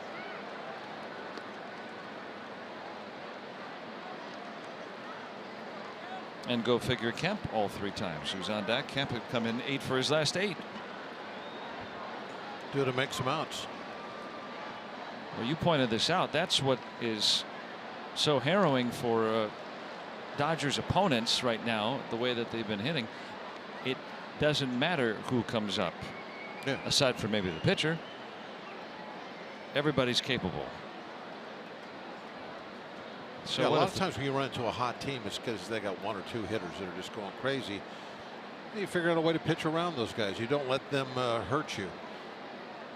But right now, I mean, who do you pitch around, and who do you not throw strikes to? You know, who do you walk in a big situation? It's the guy behind them is just as likely to do damage. Doesn't matter. Turner Ward.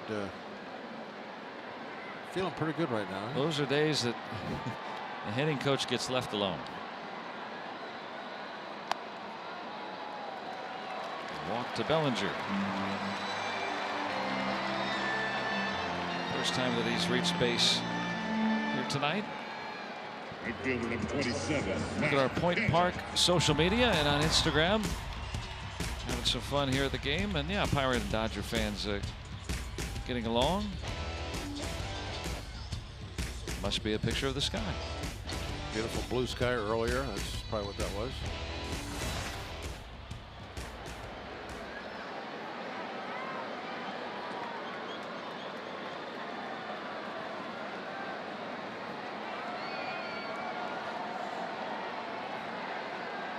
Here's Kemp.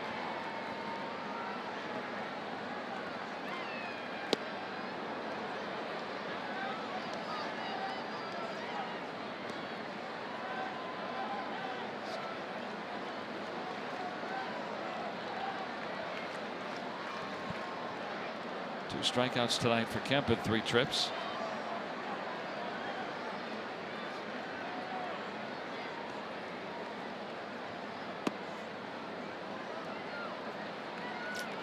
Dang. But, is that a call a strike? Yes, it was. Never mind.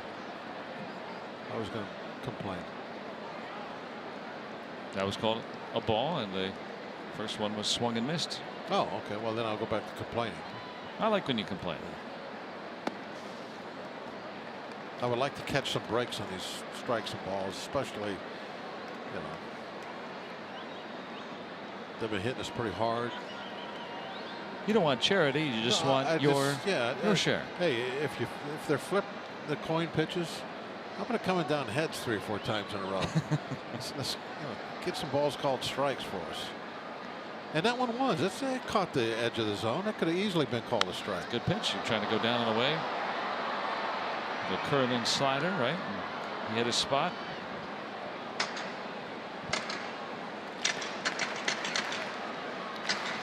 How about this guy this season? You know, he got sent away from the Dodgers years ago, and he wasn't very good. Yeah, he just. But now he's good again. Slow decline, yeah. Remotivated, lost a bunch of weight, but lost none of his original skill, not at all. Well, the reason the Dodgers picked him up, it was in a salary dump exchange type thing that we don't see all that often. If that number 2 pitch was called a strike, then he'd probably get a swing right there. You know, that's a good point. Yeah. Little things, you know, there's a domino effect going on, but the number 2, that slider, you throw that out there, that gets called for a strike. Then when you throw the number 5 pitch there, now you maybe get a swing. And it comes back to strike out Kemp anyway. Go figure. And he throws a fastball down around the shoe tops, and it gets a chase on that. Enter number 9. No wonder he got a good tonight. Kemp down on strikes 3 times tonight. There's talk of whether he was going to tie Walt Dropo's record this evening, instead 0 for 4. Here's Yasmani Grandal. He has posed a couple of times tonight, once for a triple, the other for a home run out to the right field pavilion.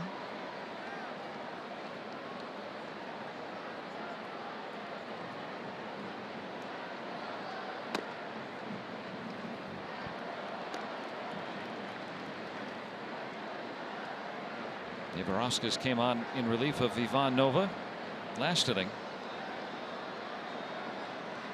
Just called up today.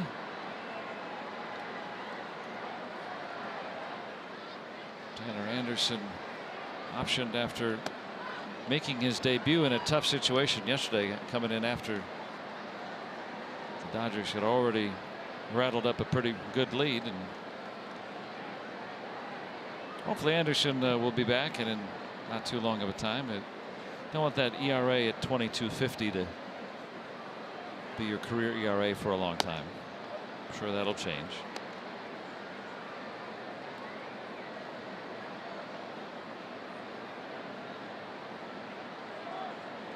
Parts of the ebbs and flows of a bullpen, right? Who's available down in Indy? Who hasn't pitched? Neverauskas pitched 2 innings on Saturday, so he's fresh. He gets the call. Doesn't get that call in the strike zone.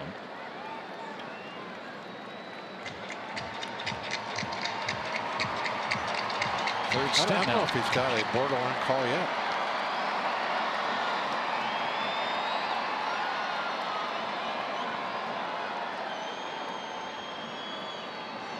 You know, a pitch where the whole baseball is not inside the box.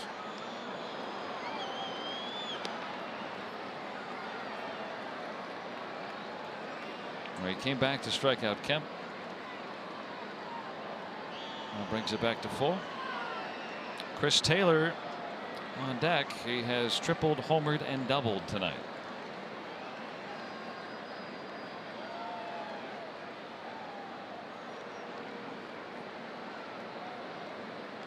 Last cycle against the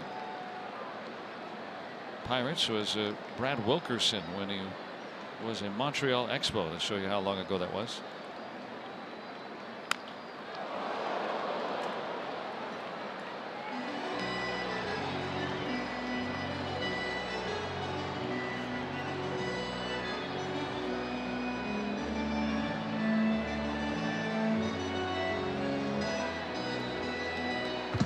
There you go.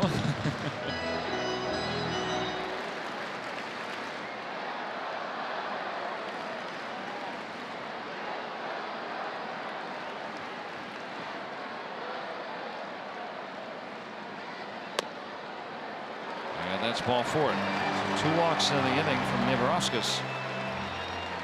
And Chris Taylor is coming up, and he has had quite the night. Bidding for a cycle. Got the toughest part of it right off the bat. A triple to start tonight. Blasting that 2-run home run in the 4th. And then he was the final batter Nova faced tonight. That double going into this plate appearance, needing a single to complete a cycle.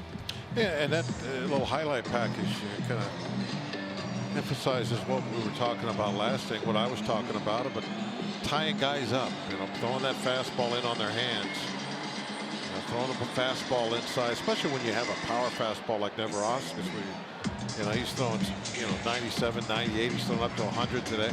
That's going to get guys' attention in there, and it looked to me like every one of those pitches were either middle of the plate, from the middle of the plate to the outside corner. I know one was an off-speed pitch, and that's kind of where they're supposed to be, but still, you know, I think that's been a little bit of a theme. And now, could be wrong. That maybe have been a couple of the home runs where balls have been inside, but I'd be surprised if I went back and looked and saw that.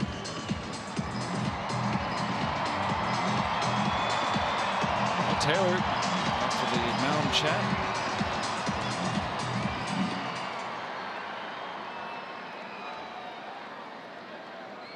Bellinger, the lead runner at second. We saw that he was the last Dodger to hit for a cycle last season against Miami.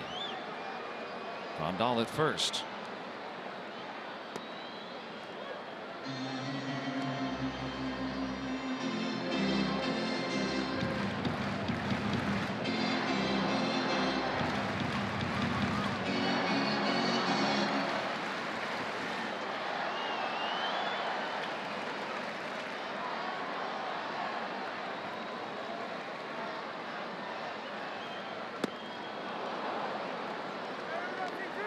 Ball and a slider, it looked like.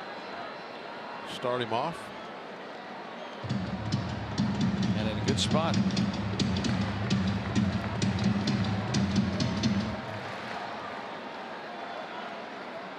you come in here? I definitely would. No doubt in my mind.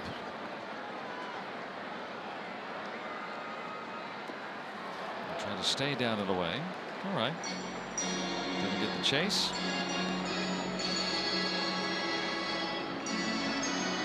Get him leaning out that way a little bit. Yeah, I mean, to be honest with you, the way he throws, I would have come inside way before those first 2 pitches. I wouldn't have waited till 0-2. I would have tried to throw the first fastball. I would have tried to live right on his hands. With 98. And then throw that other stuff to strike him out with.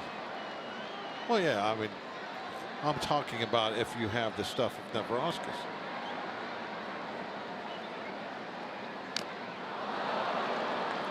And Diaz Pop out, so new life. They're staying soft with him. That one there, I'm sure, was supposed to be off the plate on a 1-2 pitch, and he just did not locate this one at all. That was a hanger. He got lucky. He got lucky with that one. He got underneath Diaz's chin. Diaz didn't get lucky. That one clipped him nice. It stung on that one. Seems to be okay enough.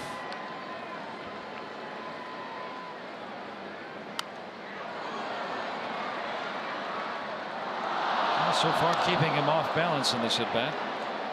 Throwing him all breaking balls.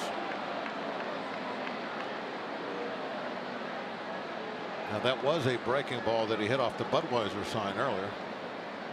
But that was like that the one that he hit off Diaz's neck. That was a hanger like that one.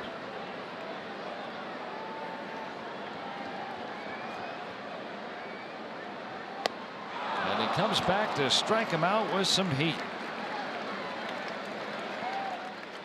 Taylor gone for the first time tonight.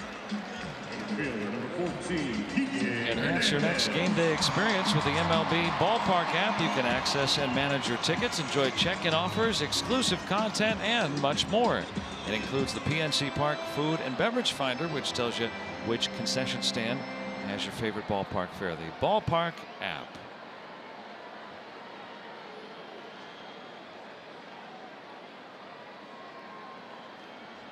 Outfield very deep. Kike Hernandez homered over the wall in center. His last time.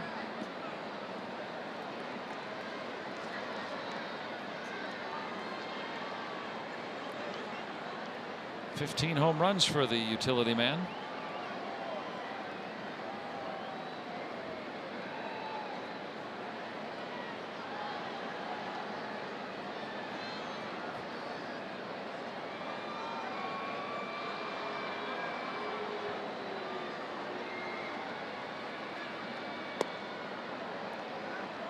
And a buckling in that one, but it's high.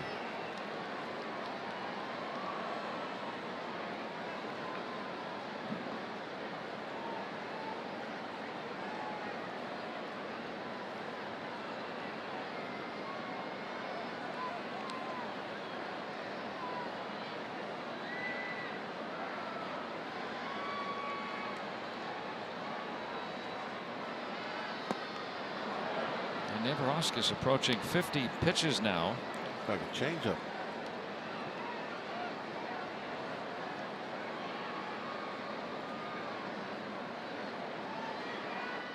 He's gotten 5 outs in relief of Ivan Nova.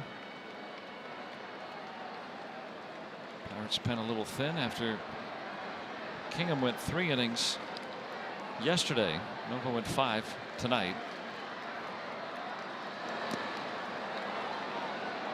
Strike 2.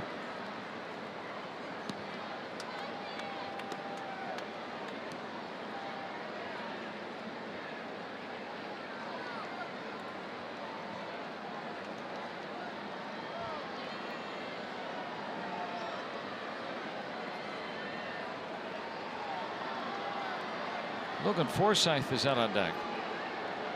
He would bat for Garcia.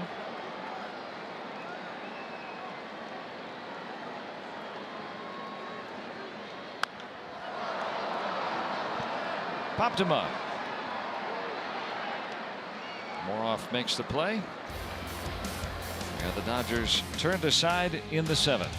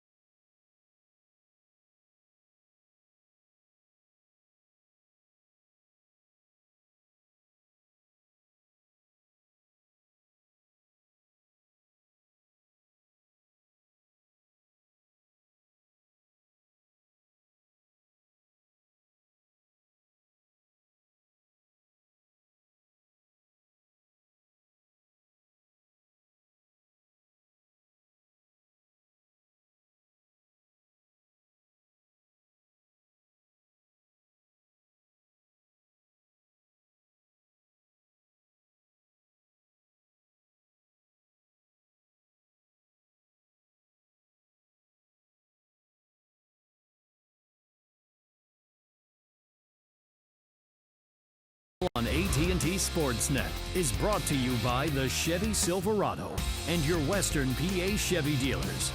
And by Levin's, the official furniture and mattress supplier to the Pittsburgh Pirates. For the best quality, service, and value, shop Levin's. Let's go Bucks! 8-3 Dodgers as we start the 8th on the UPMC scoreboard.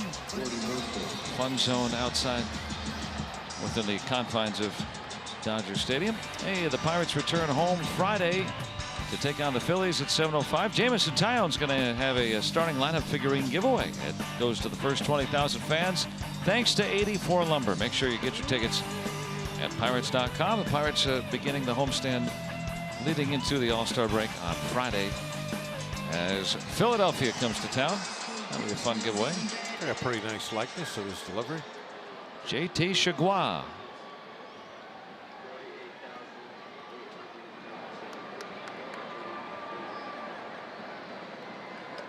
When you hear the pronunciation of his name, you figure he's got to be from Louisiana, right? Sulphur, Louisiana.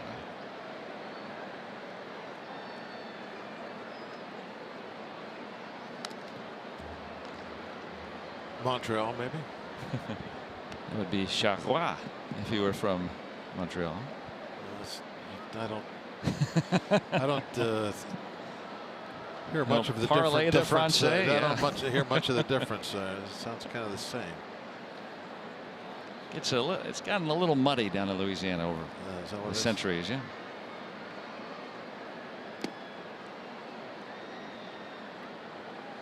Now, Tyon, it would be Tyon, I guess, right?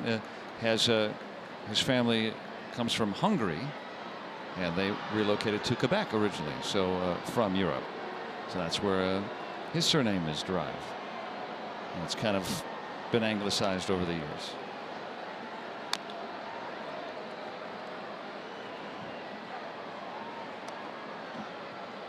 What about Block? I'm not sure. Just Block. I know Tyon's family history. I don't know my own. All over Eastern Europe, basically. I think my last name might be German. Block. Yeah.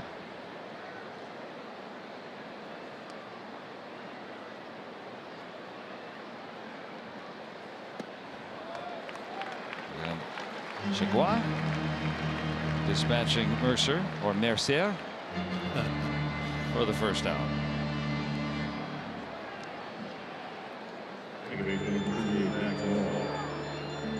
There's college ball at Rice in Houston. Now that makes me think more that he's from that area. Yeah. That would have been a good clue for me. Oh, yeah. You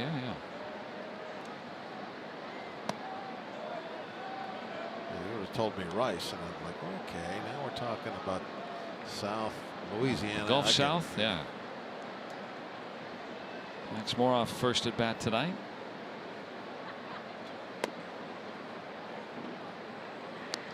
A little time with the Twins a couple of years ago.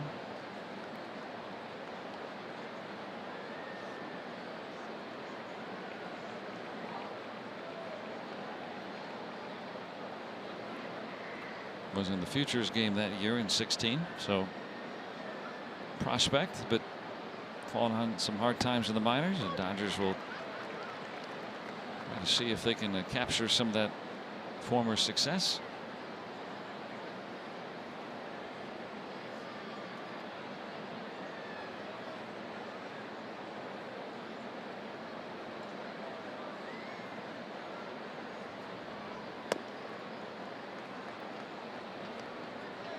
More often a good hitter's count.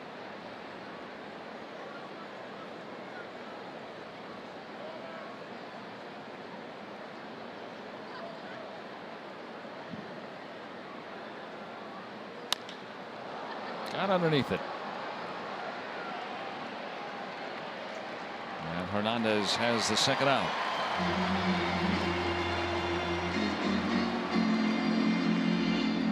Moves it around to the top of the order. And trying to go for that comeback tonight's Barrel Automotive League leaders, and coming into tonight the teams with the best batting averages against relief pitchers. Yeah, the Pirates are number 5 in baseball, so they try to bring in their best.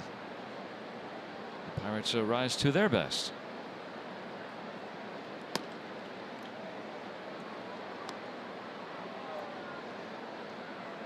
Seen that on this road trip. We've seen some late flurries. Of course, the comeback win in New York to close the series. Pirates had scored twice and had the tying run at third base with nobody out in the San Diego series. That was part of that extra base flurry to get them back. So some late night battle in Bucks. Be a heck of a comeback tonight. Here late. Hard to overcome 6 home runs. Now Vasquez, Clint Hurdle likes to get him in at least once every 3 days. That's been a new edict for Vasquez. So even with the team trailing,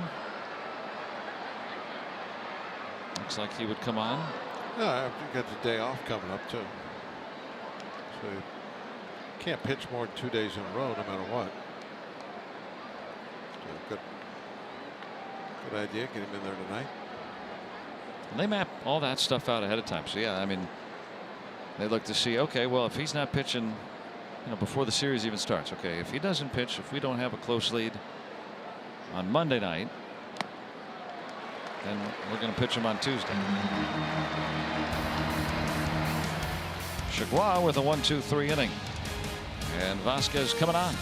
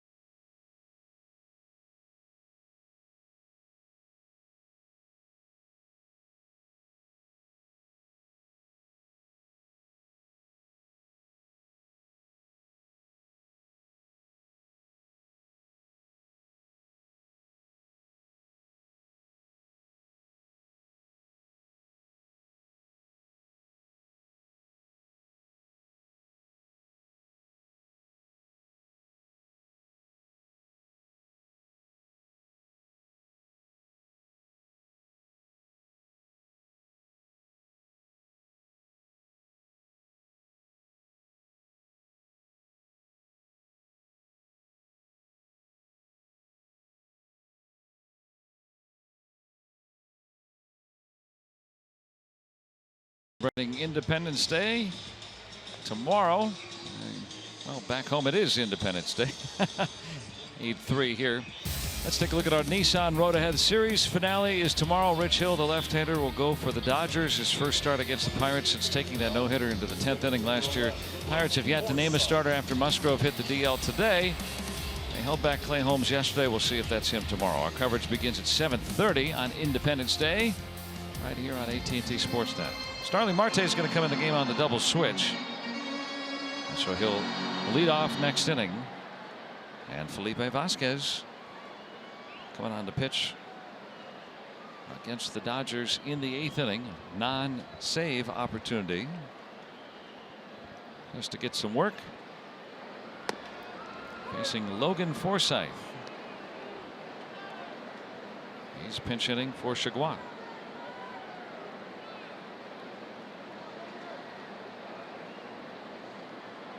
Now Vasquez of late really is looking like he did last year. Really been at his best with control, velocity. unhittable in that San Diego series. Yeah, I mean the last 3 games he's come in, the last 3 save opportunities, I guess those are the last 3 games. He's faced 8 batters. He's retired them all. 7 have struck out. What more do you want? And some of them have struck out in like embarrassing ways, like they just falling down to a knee. They have no chance. That's a lot like what we saw most of last year. Yeah. I don't think it would be overstating it to saying he was one of the very best closers in baseball last year.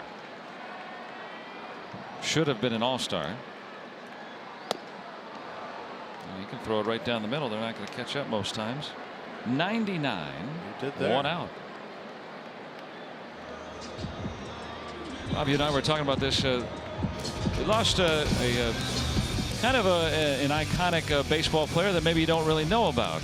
Wally Moon passed away back in February. He was a Dodgers player for a good part of his career, but the phrase moonshots in baseball comes from Wally Moon, who popularized a special style of home run back before the Dodgers played in this ballpark in Los Angeles. They played at the Coliseum on the campus of, or near the campus of Southern Cal. Converted football field, which they had to make a few compromises. Very short to left. Muncy's hit a couple of home runs tonight, but a moonshot, I think, has been misconstrued by some folks these days. They think, it's a home run that got hit out to the moon, but it was actually named for Wally Moon. He would hit a style home run. He was a left-handed batter, and he was able to find a way to take advantage of that very short porch with that very high wall. Netting or something it had there. Yeah, the fencing or whatever it was. Yeah, right. And loop a little fly ball over that fence for a home run, and that's an opposite field high arcing home run. That's a moonshot. So it's the opposite then of what a lot of people think it is. It's not the long. It's actually a little kind of a short home run. Just a little looping down to a very short porch. Yeah, an opposite field looping home run, and for a short time he perfected a way to accumulate a good bunch of home runs in his home ballpark. Nice man and a good ball player, Wally Moon. So just wanted to, one of those baseball phrases that gets passed on over time, and a good way to pass it along since we're here in LA. Ronald Acuna of the Braves hit one last night. I heard Chip Carey call that a moonshot, and I was like, oh yeah, right. Right hand. He was a right-handed batter, but hit it out to right. A looping home run just snuck out.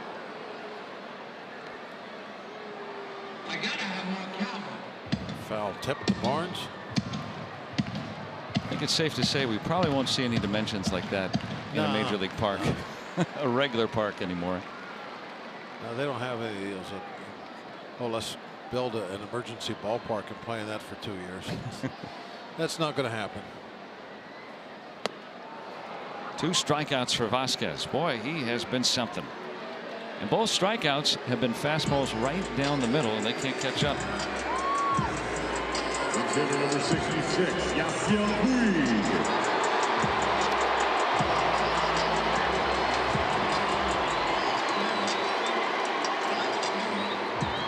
Big hand for Puig. And Dave Roberts not bothering to put up lefties against Vasquez. That's sound theory. Lefties are contained by Vasquez better than any other pitcher over the last 2 seasons in baseball. 100 out of the zone low.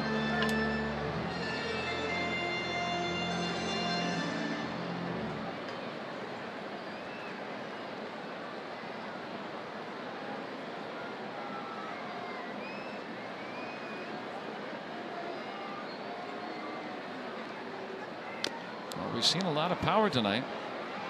David Freese is homered for the Pirates. The Dodgers connecting on 6 home runs, but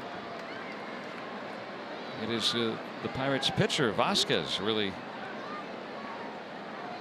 showing some power as well.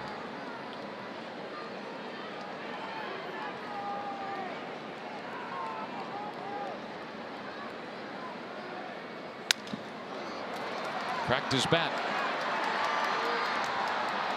And that's that. Quiet inning against Vasquez. And now Goodell coming on.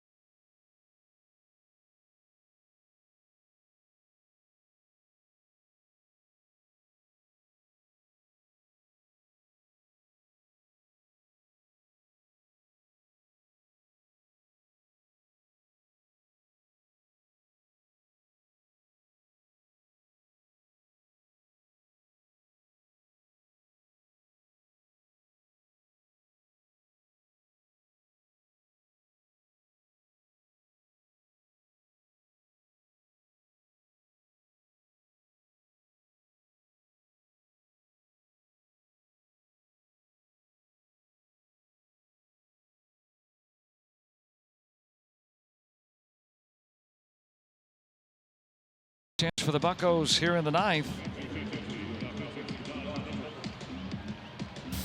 And tomorrow, the series finale, Pirates and the Dodgers. And Rich Hill will go for the Dodgers. Pirates have yet to name a starter. We'll have all the coverage for you with Pirates pregame beginning at 7:30. Presented by WB Mason. Join us for Independence Day. Thanks for having us a long late night tonight. Clayton Kershaw went 6 innings. He's in line for the win.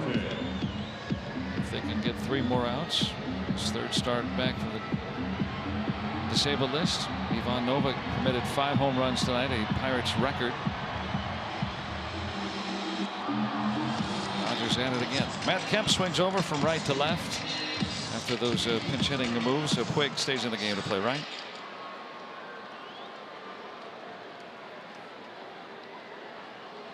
And Austin Barnes will play at second base.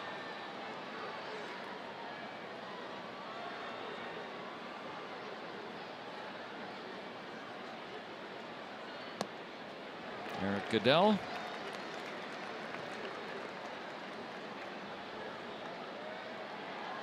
Goodell's numbers pretty good shape. Low ERA, low opponent batting average. Walks maybe a little high, 15 in 25 innings. Marte been slumping of late. See if he can do something here to get us started in 9th. Big comeback. Got to start somewhere. Well, Clint Hurdle talking about wanting to give him some rest and more a mental break, a la what he did with Andrew McCutchen a couple of years ago. We'll try to get Marte back locked in at the plate, not chasing too many pitches, as Hurdle characterized it.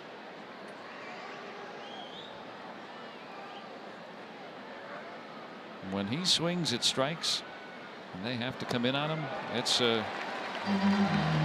pretty dangerous. Well, he's the first out here in the 9th. He is really scuffling right now, I tell you. Looking up at the replay there before he went down the dugout, trying to figure out where that pitch was. How could he miss it? Clint Hurdle showing his support. Well, Polanco held hitless tonight.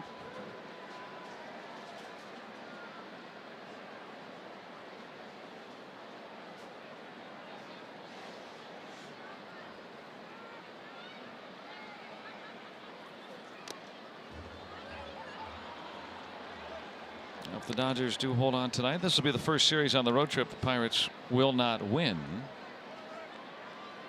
And that would even their record on the trip at 4-4, so still a chance for a winning trip tomorrow evening. Shift on for Polanco.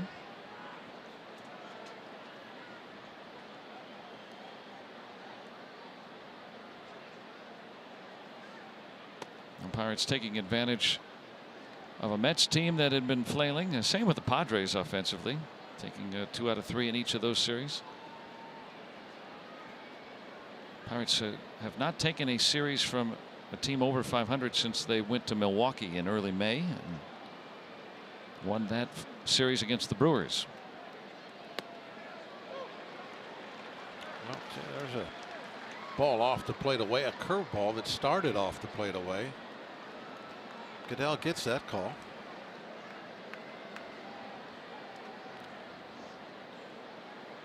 Those are the calls that Neverauskas was not getting. Well, it's been a frustrating series so far. Not that the balls and strikes have determined the outcomes. No, I'm not trying to say that by any stretch of the imagination. I'm just pointing out when Neverauskas was out there pitching, every close pitch, even ones that were actually hitting the strike zone and lighting it up, were going the Dodger way. And I just noticed that curveball, which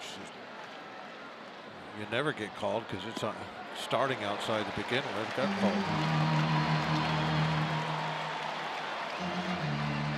Well, back-to-back strikeouts for Goodell. Answer number 32, Elias Diaz.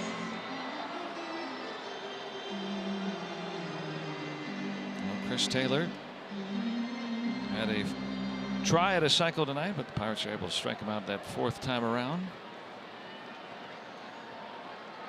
3 extra base hits tonight. Kike Hernandez homered. The Dodgers hitting 6 home runs tonight, boosting Clayton Kershaw in his 6 innings. Well, the 2 offensive men tonight, and literally the only 2, have been Elias Diaz and David Freese. Diaz with 2 doubles tonight. Freese 3 for 3. 2 singles, a homer, and 3 RBIs. No one else has reached base tonight, so those 2 have been the tandem.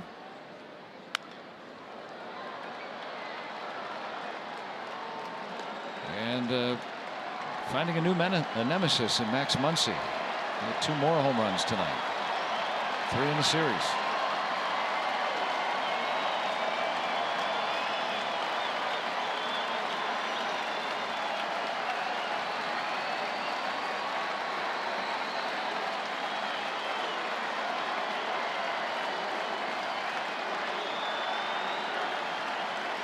Goodell standing tall.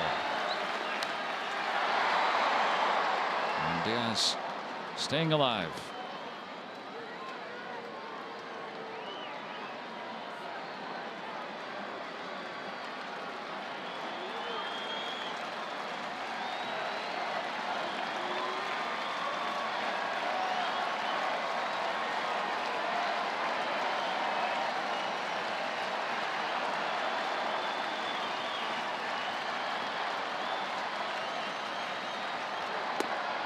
Now 1-2.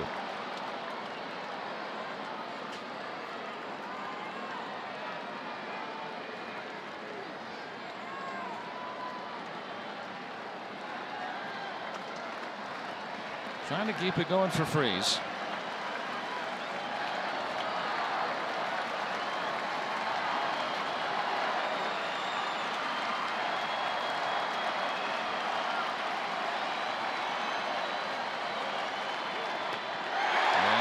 Do it. The Dodgers have taken the first 2 games of this series. Goodell strikes out the side, and the offense for the Dodgers keeps on powering them. They've scored 25 runs the first 2 games of this series. Yeah, that's the story. I mean, we can talk about a lot of other things, but that's just things around the edges. The core problem right now is this Dodger machine's just rolling over us with their offense. Any chance to win this, win a game tomorrow it just revolves around are pitching, whoever that might be out there, they got to start getting more outs and keep these guys in the yard. And so the Dodgers win it tonight, have taken the first 2 games of the series. And to talk it over tonight, let's go out to Rob and Michael.